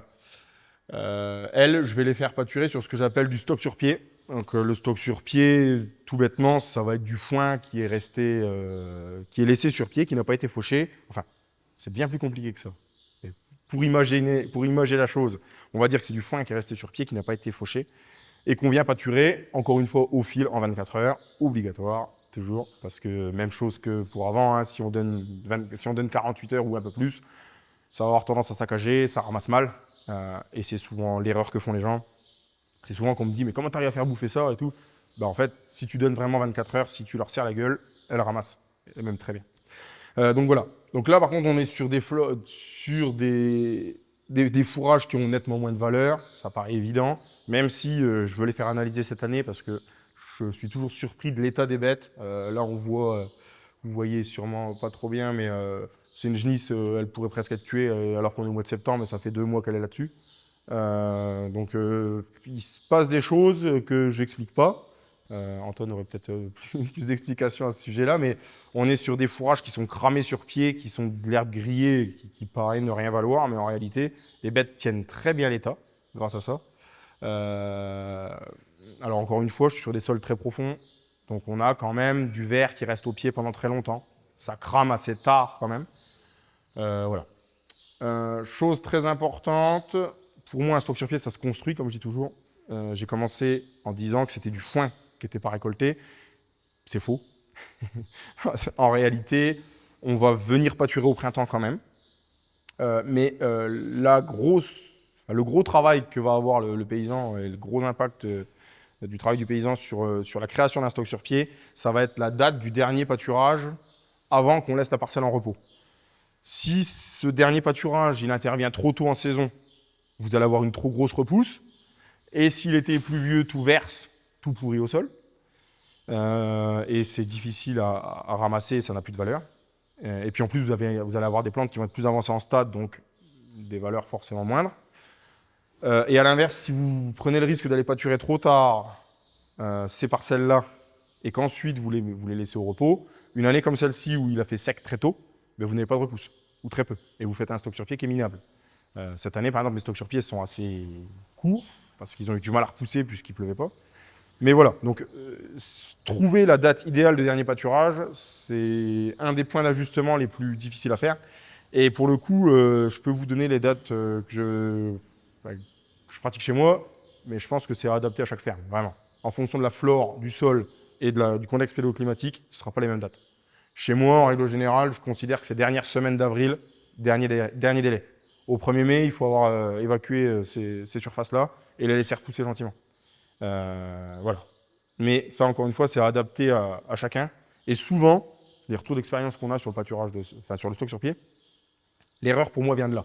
C'est que soit les gars ont voulu pâturer trop tard en se disant on va essayer de faire monter un stock mais de qualité en ayant des plantes plus jeunes, sauf qu'ils sont pris par le sec et que des plantes feuillues qui prennent 40 degrés comme aujourd'hui, les feuilles, de toute façon ça crame, ça disparaît, il ne reste rien. Ce qui fait que le stock sur pied va tenir, c'est la tige. C'est parce que vous avez de la paille qui est debout sur pied et elle ne cramera pas. Elle, il peut faire 40 degrés, vous pouvez avoir un sol séchant. Quand la tige elle est là, la tige elle reste tige, elle ne va pas disparaître. On va avoir l'impact aussi de ces grandes tiges qui vont créer un peu un microclimat au sol aussi. Et que les 10 pauvres millimètres que j'ai pris moi là, il y a 10 jours, qui ne changent rien sur les pâtures, là-dedans, ils sont tombés au pied. Chaque matin, vous avez une rosée de fou. On va créer un microclimat, on va garder une température beaucoup plus basse au pied. Et c'est aussi ça qui va nous aider à maintenir du verre dans le pied le plus longtemps possible. Et c'est ce verre dans le pied qui va aussi donner de la valeur et qui va éviter que le stock sur pied fonde aussi. Voilà. Donc voilà, il faut vraiment comprendre ça, que la date de dernier pâturage est vraiment la clé du truc, je trouve. Voilà, je pense que c'est vraiment la clé du truc. Et ensuite, donc, comme je l'ai écrit, c'est un sursemis gratuit. Donc ça, c'est vraiment le truc que j'adore. Quand vous avez une surface qui a été piétinée ou esquintée, ou pour X ou Y raison, où la flore ne vous plaît pas trop, vous pouvez orienter la flore grâce à ça. Alors, l'orientation de la flore. Je dis orienter la flore justement parce que, encore une fois, la date de dernier pâturage va nous permettre de faire en sorte que certaines plantes plus ou moins précoces montent à épi, quand d'autres, on aura déjà consommé l'épi et elles ne remonteront pas. Je ne sais pas si j'arrive à me faire comprendre, mais j'ai pour exemple une parcelle humide, des grosses argiles humides, où j'ai beaucoup de vulpin des prés. Le vulpin des prés est une plante qui épie très tôt au printemps et qui est très peu remontante. Donc, quand on va venir pâturer au 20 avril, elle sera déjà épiée souvent, malheureusement. Et donc, on va venir consommer les épis et elle ne remontera pas à épi. Donc, elle ne viendra pas produire de semences. Et on va donc la faire régresser par ce moyen-là. Quand des raies gras, qui vont plus nous intéresser, des raies gras anglais plus tardifs, eux vont monter à épi seulement après le passage des bêtes, et c'est eux qui vont porter semences. Et donc, c'est eux qui vont ensuite dominer la prairie. Donc, on arrive vachement, enfin, je trouve que c'est un moyen assez intéressant d'orienter la flore de la prairie de manière très simple et sans dépenser d'argent. Parce que, comme je l'ai dit, il faut bien comprendre que toutes ces plantes sont en semences au moment du pâturage, que ça représente des quantités de semences phénoménales qui viennent au sol, et que donc derrière, on a un green de golf qui repousse, c'est une pelouse. À l'automne, quand il pleut, c'est vraiment une pelouse qui repart. C'est que les plantes qu'on cramait, des fois, elles repartent pas forcément trop bien. Mais par contre, la semence qui est tombée au sol, ça repart avec une densité énorme. D'autant plus que les animaux viennent piétiner de manière très, très serrée et donc vont souvent créer un peu de terre fine dessus et mélanger les semences avec cette terre fine. Donc dans les premiers centimètres, vous allez avoir un mélange de terre fine et de semences. Le semis idéal de prairie, et ça, derrière, c'est vraiment génial pour faire du bien à une prairie, c'est vraiment top. Voilà. Mais l'idée de base, c'est surtout de réussir à nourrir des animaux à faible besoin tout l'été sans affourager. L'idée, c'est ça, c'est que moi, il faut bien comprendre que je n'affourage pas. Je n'affourage plus depuis des années, ou très peu, c'est assez rare que j'affourage. Et grâce à ça, il n'y a pas besoin d'affouragement. Voilà. Et c'est bien là l'intérêt, parce que quand je vois des gens taper dans les stocks de foin, faire du foin au début juin et puis le distribuer en juillet, ça me fait toujours un peu mal au cœur. Et c'est dans ce but-là, c'est dans le but d'arrêter ce que je trouve être une hérésie, que j'ai expérimenté ça. Et aujourd'hui, j'en suis très, très, très satisfait. J'avance, je ne sais pas si on aura des questions après, parce que là, à mon avis, je vais vraiment être hors délai. Petit topo sur le pâturage hivernal, donc dans l'autre sens, où là, chez nous, voilà, les hivers sont quand même assez rudes, hein, c'est comme ici, il gèle, il neige, assez peu, mais il neige un peu, voilà. Mais il faut se dire que l'arrêt de la pousse de l'herbe est quand même assez long en hiver. On ne pousse pas grand-chose pendant un paquet de mois. Et pour autant, si j'avais des sols plus portants, je laisserais mes bêtes dehors tout l'hiver, ça c'est clair. Je le fais sur certaines parcelles portantes, des graviers ou des choses voilà, qui ne sont pas inondables, parce qu'il y a quand même le double problème chez moi. Et donc, ce qu'on va avoir à gérer, ça va être le piétinement et l'affouragement, si nécessaire.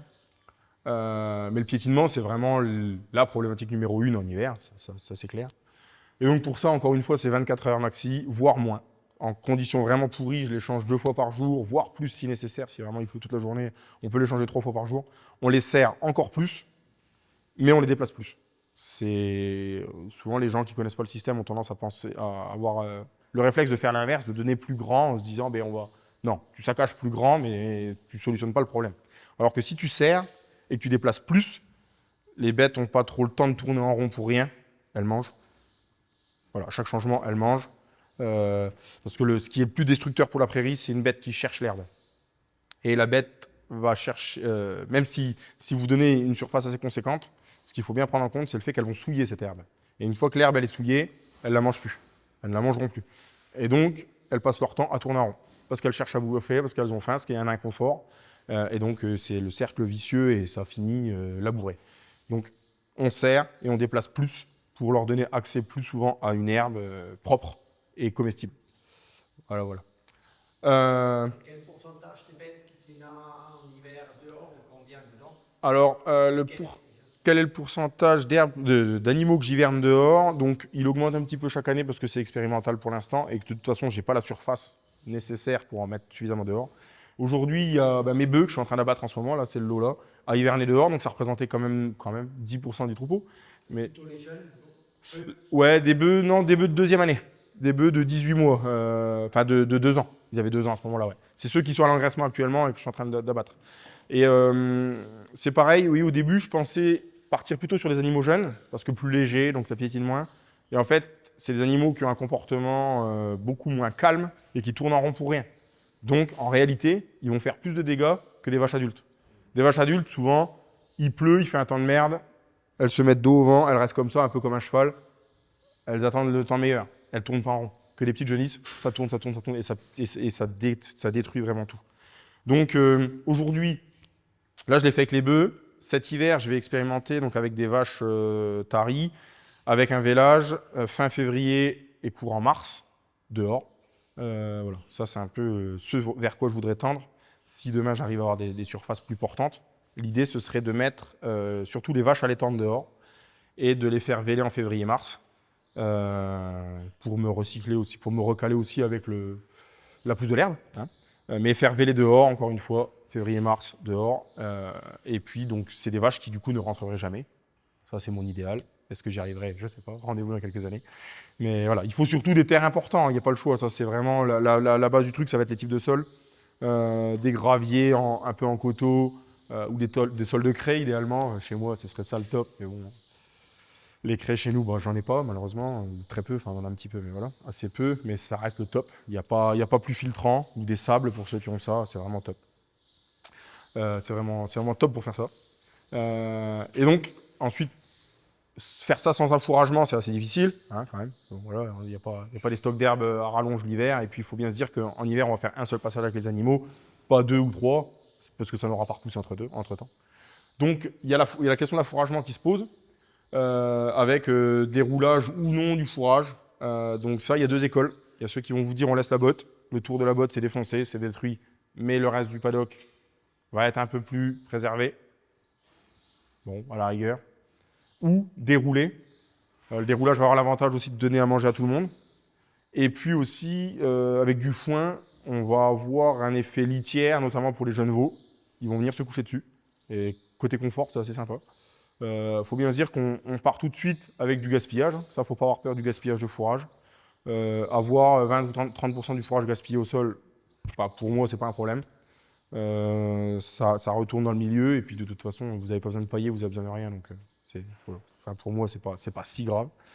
Donc voilà, il va y avoir. Comment? J'en sais rien. Alors, pour la vision des choses par les voisins non agriculteurs, on On me dit trop rien, je suis assez reculé par rapport à... Je suis dans un coin de campagne assez calme, assez cool. Mais on ne me dit trop rien.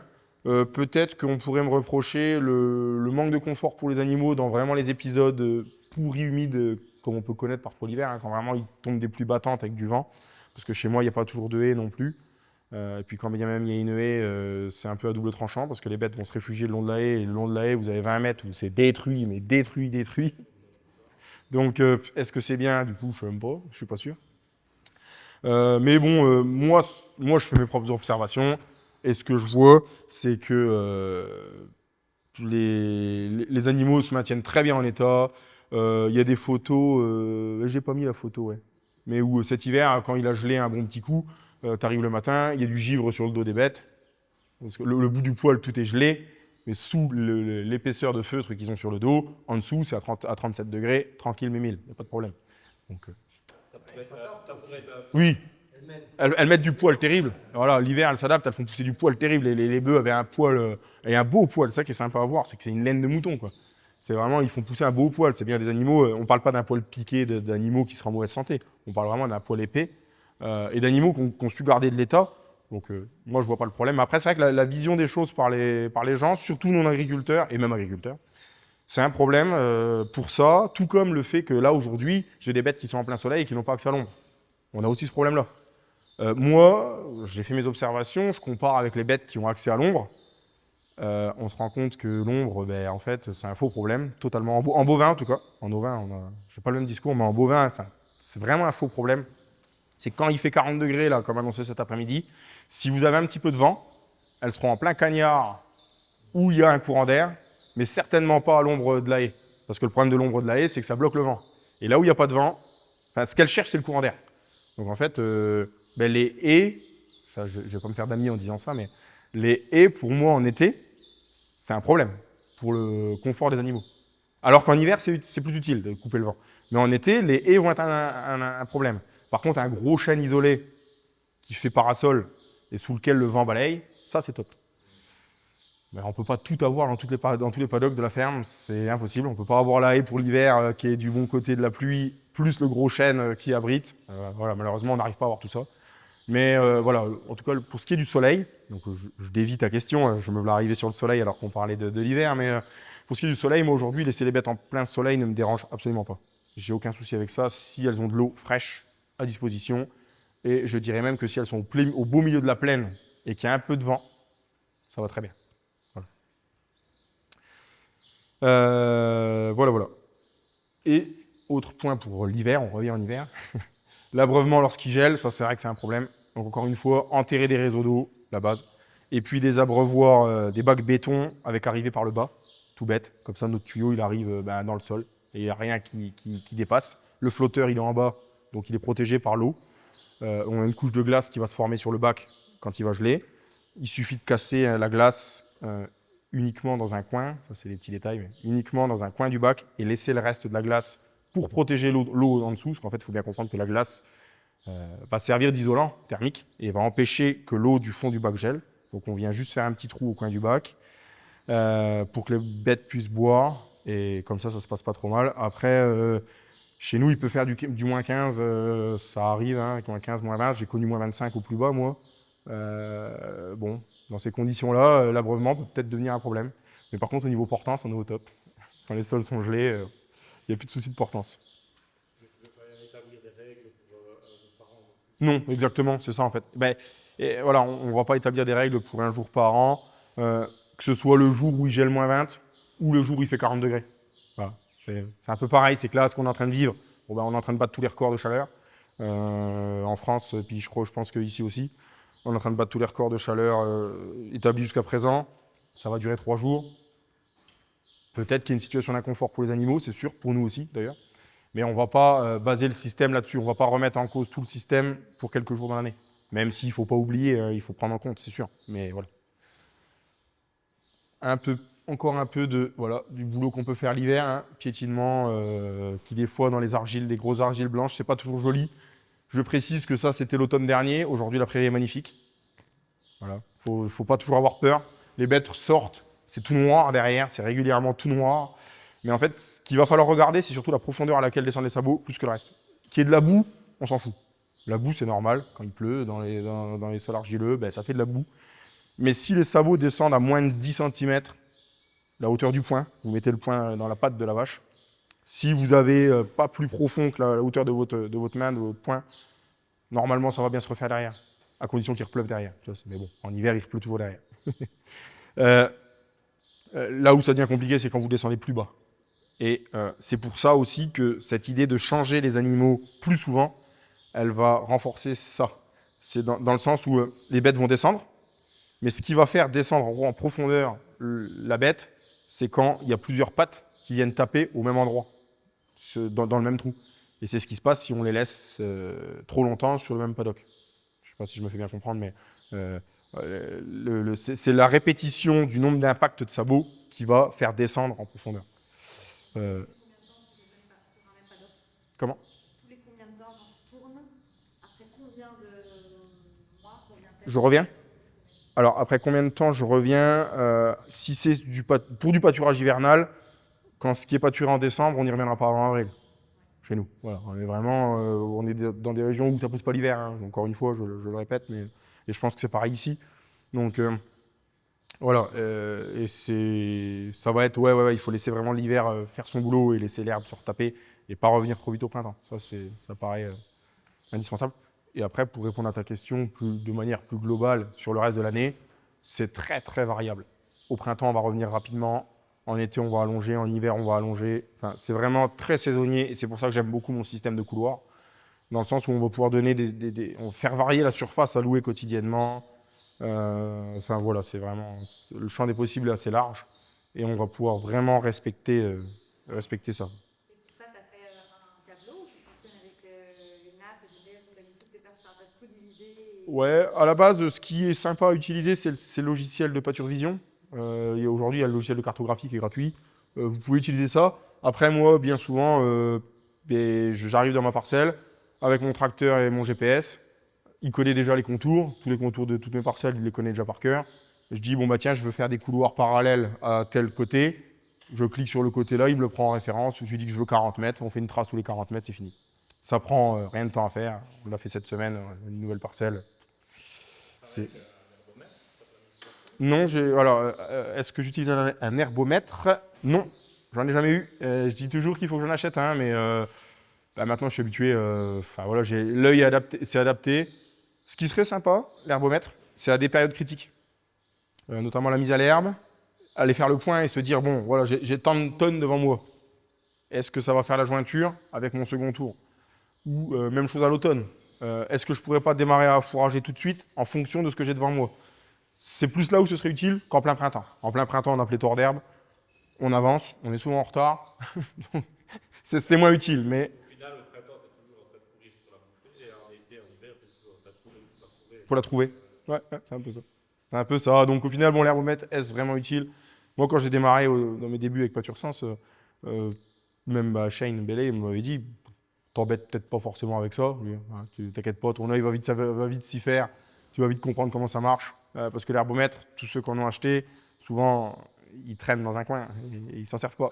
Sauf les éleveurs laitiers, c'est plus utile en lait, voilà, parce qu'on a besoin vraiment d'être beaucoup plus précis dans la valorisation de l'herbe. Mais nous, en allaitant, souvent, bon, on est quand même moins pointu techniquement. Et on est surtout là pour essayer de faire le moins de frais possible et d'avoir le système le plus simple. Voilà. Donc non, pas d'herbomètre. Mais peut-être que j'en achèterai un jour quand même. Ou pas. Une petite slide sur le pâturage découvert, parce que comme je l'ai dit, je suis en polyculture élevage, donc je fais aussi des couverts végétaux, que je fais pâturer donc, depuis 2016. La photo en haut à droite, c'était 2016. Et donc, ah ouais, on ne voit pas ce qui est écrit en rouge, mais attention à la composition des couverts. On entend trop souvent dire qu'on peut mettre n'importe quoi, vous mettez les animaux dedans, c'est génial, le pâturage de couverts, c'est génial, c'est vu comme étant l'Eldorado, c'est super. Sauf qu'en fait, il y a très peu de gens sur le terrain qui ont la double expérience des couverts végétaux et de l'élevage et de la valorisation des couverts végétaux en élevage. Sauf peut-être Anton. Il y a des gars comme toi. Mais sinon, souvent, c'est deux disciplines distinctes.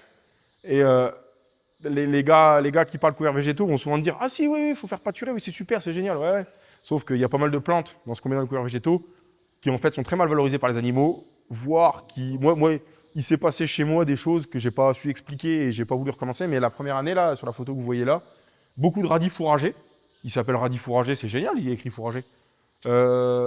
J'ai fait des contre-performances d'un point de vue croissance des animaux. Et en plus, je me suis retrouvé avec des animaux qui me paraissaient sacrément agités. Vraiment un souci de comportement. Quand je les ai rattrapés, je me suis fait peur, quoi. Ils étaient un peu tarés, les genoux. Voilà. Alors, j'ai pas l'explication de pourquoi, mais les bêtes, le comportement des bêtes a changé, pas pour rire. Donc, on n'a pas... Ouais, j'ai un petit peu creusé, mais honnêtement, j'ai pas vraiment recommencé, j'ai pas vraiment réitéré l'expérience. Mais toujours est-il que c'est une plante qui leur convient pas, en fait. On va peut-être pas aller chercher plus loin. Ça dégage. On n'en met plus. Et donc, aujourd'hui, vu que moi, quand je sème un couvert végétal, je veux absolument pouvoir le valoriser, que ce soit en fauche ou en pâturage. Ma base, aujourd'hui, ça va être avoine brésilienne, qui est une plante, qui est une graminée super, qu'elles adorent. Elles te mangent ça comme qui rigole. Veste commune, qui est une des légumineuses qui se mange pas trop mal, même si c'est pas forcément sûr quoi elles vont se jeter, mais encore pire, le pot fourragé. Je sais pas pourquoi, mais c'est une des plantes qu'elles ont le plus de mal à pâturer. Je sais pas pourquoi, ça paraît pourtant sympa comme plante, mais à pâturer. Et en fourrage récolté, ça va souvent très bien. C'est une plante qui est super intéressante. Mais au pâturage, bon, elle le mange, mais en dernier.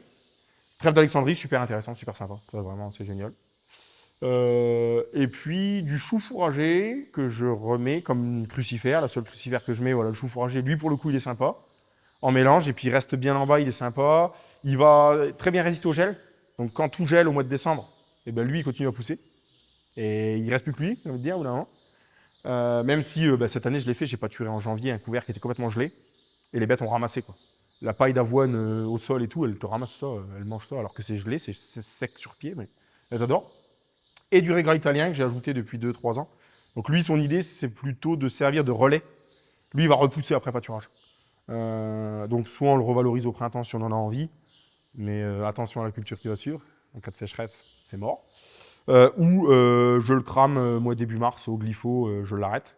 Mais ce qui est sympa, c'est qu'on a du coup un système racinaire vivant qui reste dans le sol, qui vient tenir notre sol pendant le pâturage et qui va repousser après, il va continuer à protéger notre sol pour les derniers mois d'hiver. Voilà. Donc j'aime beaucoup, je mets 4 kg de régras, hein, pas besoin d'aller en mettre trop épais, mais c'est sympa, ça fait une belle couverture.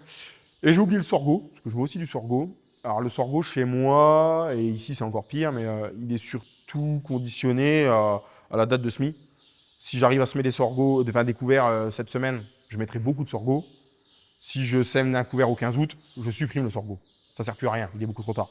Dans nos régions, et je pense que c'est pire ici, faut pas oublier que c'est une plante tropicale et que chez nous il fait rapidement froid et que s'il n'accumule pas suffisamment de somme de température, bon il fait rien quoi. Vous avez des sorghouillots qui sont en dessous, qui viennent vite d'ailleurs, qui chopent des maladies et qui deviennent tout gris là.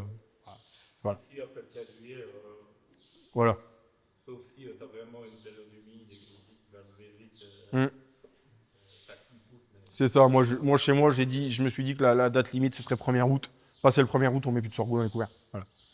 Voilà. Et donc c'est pour ça que les mélanges sont même pas prêts à l'avance. Avant je préparais mes mélanges à l'avance et maintenant j'ai tendance avec ces sécheresses-là à m'adapter. Là s'il pleut pas, ça se trouve on sèmera que fin août, on verra bien.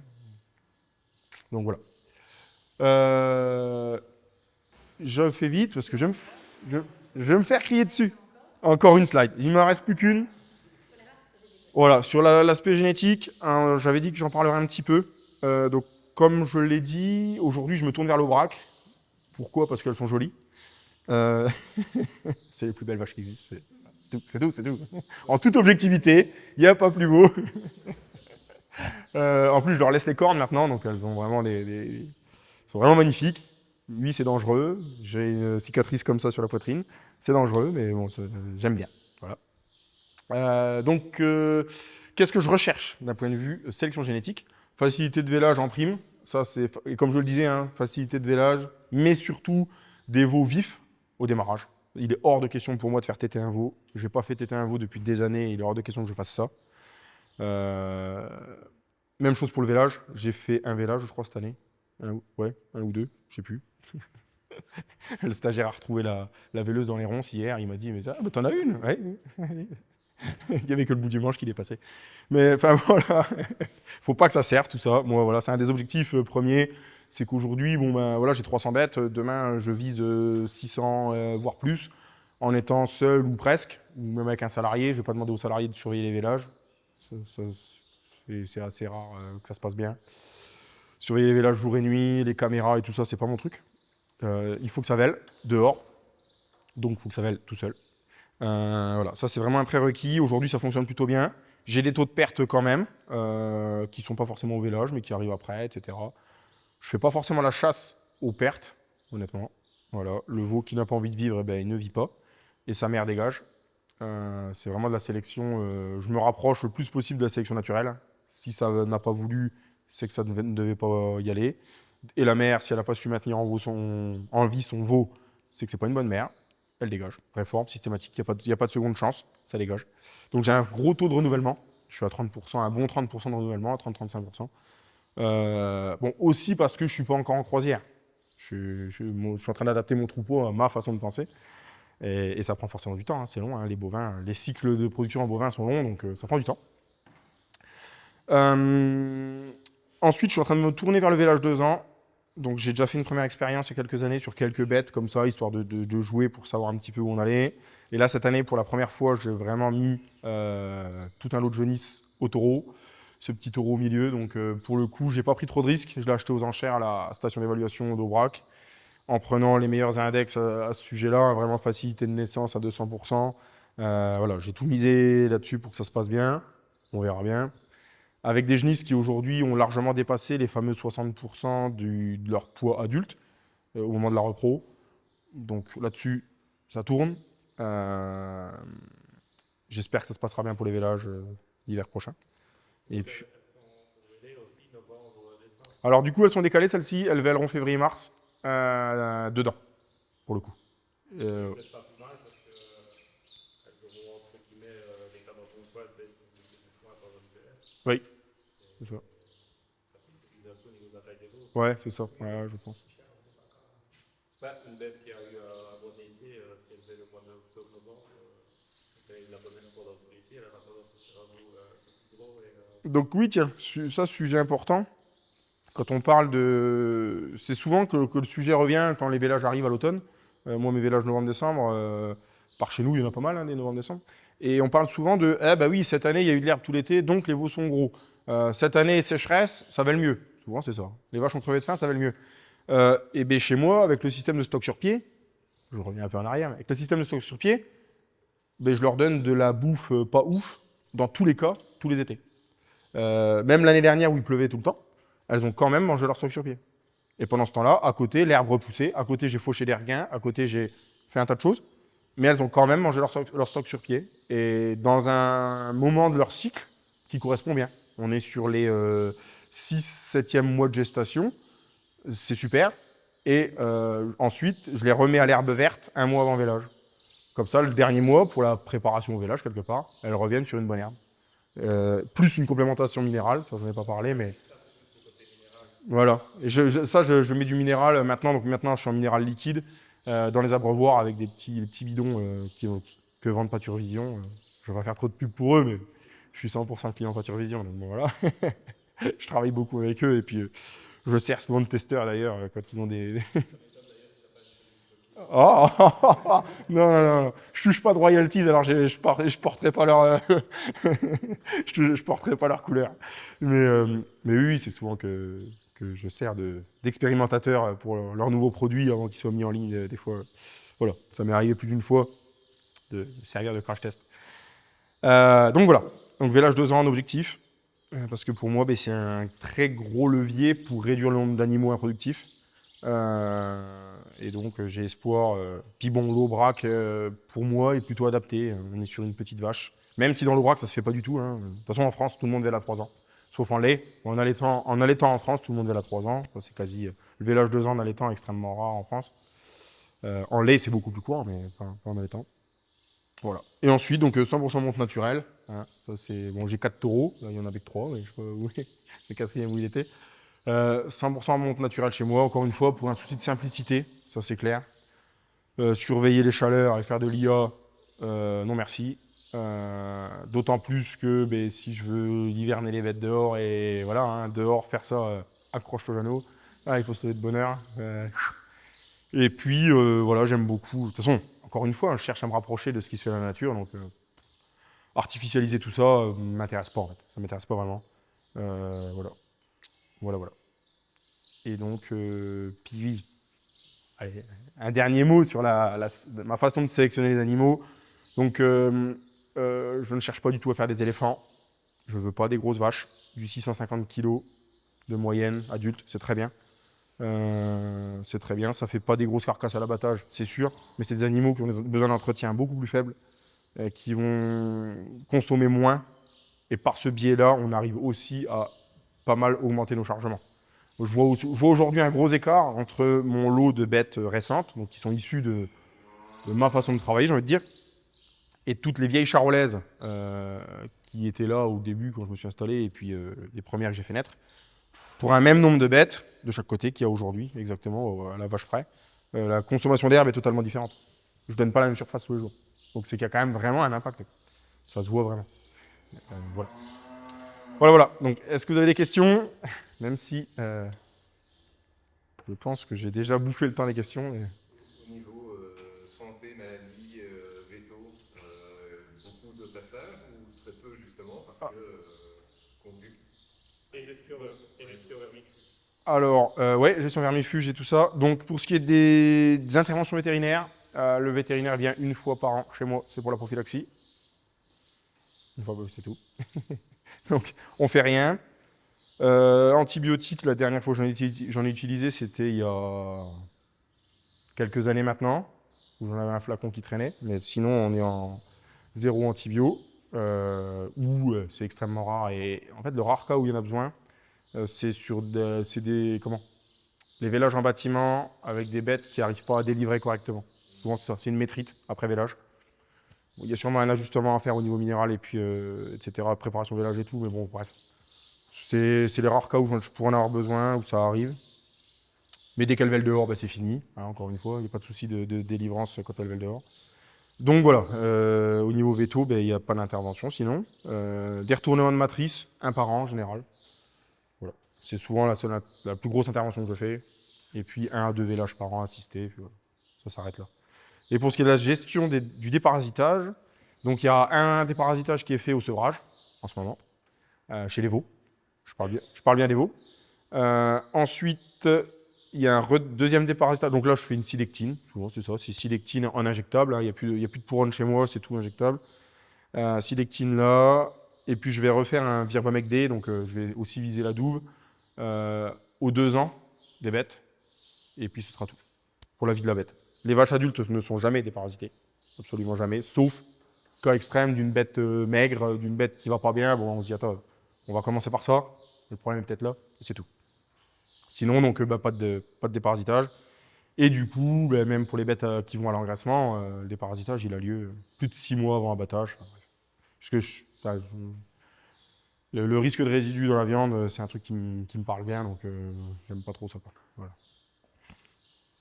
Donc c'est assez simple, du coup. Et ça fait pas des grosses consommations, même si l'année dernière, année pourrie, 2024, pour la première fois de ma vie, j'ai eu des soucis avec le paramphistome dans une prairie pourrie, humide de fond, prairie naturelle.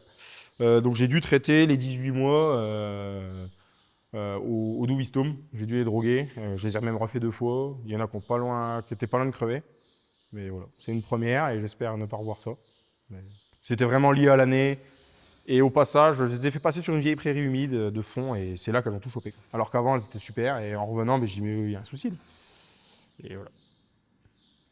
Tu ne vends pas en vente directe, tu vends où ça et comment tu la valorises? Je veux dire, est-ce qu'il y a une communication particulière sur la façon d'élever ou pas?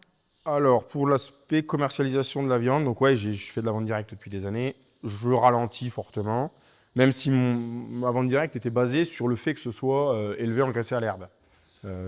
Ça s'appelle la viande à l'herbe, j'ai une page Facebook pour ça. Hein, voilà. Et donc,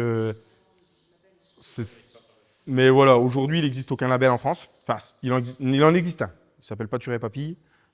C'est tout petit. Pour l'instant, ça m'a l'air... Herbopac, mais c'est... je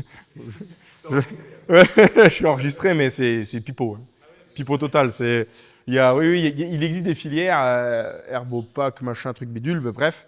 Mais souvent, faut au moins 6 mois au pâturage. Donc, ça veut dire dehors, hein, c'est tout. Hein. On ne te demande pas qu'elle mange que de l'herbe. Enfin, primaire, même il y a un truc qui s'appelle primaire, avec Carrefour et tout ça. Il y a des trucs, il existe un tas de labels dans lesquels ils mettent le mot herbe, parce que c'est bien, c'est vendeur. Mais en fait, c'est totalement mensonger, parce que derrière, le cahier des charges n'est pas du tout instructif, à mon goût. Ouais, forcément, quand on travaille 100% herbe, voilà, et qu'on voit des trucs comme ça, bon, bah, ça fait toujours un peu mal. C'est comme le label l'herbe ici en Belgique. Ouais, il y a le même genre de choses en Belgique. Voilà, ouais. Ça fait joli, c'est des vaches qui vont dehors. Super. Mais... Dans le FCO l'année dernière, tu as paru un peu dans la région là. FCO, donc moi j'ai été touché, FCO 3. Tout le troupeau était malade, hein, clairement, ça se voyait. Pardon? Tout le troupeau était malade de la FCO 3 chez moi l'année dernière. Ouais. Donc, septembre, j'ai resté sur septembre, sur le mois de septembre. Beaucoup de boiteries inexpliquées, des yeux blancs. Ouais. Beaucoup de bêtes qui ont perdu la vue, enfin temporairement. Et les 2 yeux blancs. Tu n'as pas perdu. Et j'ai pas de souci. J'ai laissé, c'est passé comme c'est venu. Les yeux blancs sont tous revenus à la normale. J'en ai une qui a encore un œil blanc. Ça, à mon avis, ça va rester. C'était chez des jeunes de 18 mois, ça, beaucoup, les yeux blancs. Mais certaines étaient aveugles. Hein. Elles fonçaient en les fils quand je les changeais le matin. En fait, je les voyais, elles écoutaient les autres, elles les suivaient au bruit, parce qu'en fait, elles ne voyaient plus les fils. Puis des fois, elles arrivaient la gueule dans le fil, elles disaient « Oh, j'ai atteint la limite », enfin, des bêtes aveugles. Et c'est revenu comme c'est arrivé. Peut-être ouais, septembre, et puis sur octobre, ça a commencé à passer, je dirais. Ouais, septembre, octobre. Gros pic en septembre, ouais. Et puis, par contre, sur la repro, pour moi, aucun souci. J'ai eu un avortement qui a causé la mort de la vache. Parce que l'avortement, c'était pas prévu. Hein. Il a fallu que je l'aide à sortir l'avorton, sauf que ça a fait infection, forcément. Enfin bref. Donc en fait, j'ai perdu une vache à cause de ça, à cause de FCO. C'est tout. Pour moi, c'est la seule vraie perte vraiment liée à FCO. Le reste, pour moi, c'était des pertes normales. On peut dire, on a vu quand même chez les vaches laitières, des grands pertes. Mm. On peut peut-être dire, en plus, quand tu le pousses à l'extrême, de être vraiment nature, ça ce qui est la vache à l'origine, et un peu de minéraux, je pense sûrement. C'est ça. Si elle a bien fait, si ça a bien fait, elle a toutes ses. Elle est venue malade quand même. Oui. Mais Elle a su se défendre. C'est ça. Moi, chez moi, c'est ce qui s'est passé. C'est qu'en fait, tout le monde était malade. Hein. Il y a vraiment un moment. Tu n'as pas 20, 30, 40 litres en même temps. Comment?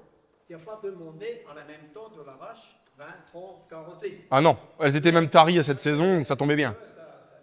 Ouais. Un éleveur obligé de vivre du lait. Ouais. Et finalement, il faut être dans du lait. Et finalement, elle a fait aussi pour faire du lait. Mais sauf à ce moment, ça vient. Ah c'est sûr. Chez les éleveurs laitiers, ça s'est trouvé tout de suite. Mais encore une fois, oui, il y a eu quand même un écart entre la vache à 40 litres et la vache à 20 litres.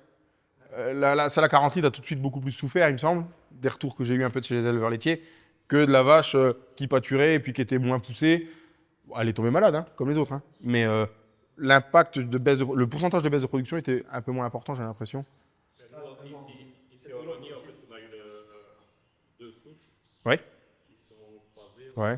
Et l'impact, même moi qui travaille comme toi en lait, avec des vaches à 40 litres, des vaches qu'on a tout ça, et quand il y a un impact de 3% sur la production. Oui. Sur la repro? Ouais, sur la reproduction. Chez moi, il n'y a pas eu. Et puis même aux échos, là, de toute façon, ça se passe bien, donc il n'y aura pas encore pour la saison à venir. Mais c'est plus là-dessus que j'avais peur, ouais, sur la repro, parce que c'est un peu insidieux, on ne le sait pas. Hein. Enfin, on ne le sait pas. Tu mets le taureau aux vaches, et puis c'est au moment de l'écho que tu as le verdict. Chez moi, ça s'est bien passé. Là-dessus, il y a un peu tout. Après, il y a eu beaucoup de veaux qui mouraient dans les premiers jours par chez nous. À mon sens, la FCO a servi aussi de bouc émissaire pour camoufler une année 2024 avec des fourrages catastrophiques et une nutrition des animaux qui était comme on n'en a jamais vu. En fait, il y a beaucoup plus, donc on avait pléthore d'herbes. Exactement. Des manques de vitamines, forcément. Enfin, manque de soleil, en fait. Je dirais même de base, le plus gros souci de l'année 2024, c'est le manque de soleil. On n'avait pas de photosynthèse. On avait une herbe plein d'herbes parce qu'il pleuvait, mais cette herbe valait que dalle parce qu'il n'y avait pas de soleil. Donc, pas de photosynthèse et tout le monde en souffre, en fait. Même les humains. Hein. Là, on manque pas de soleil cette année.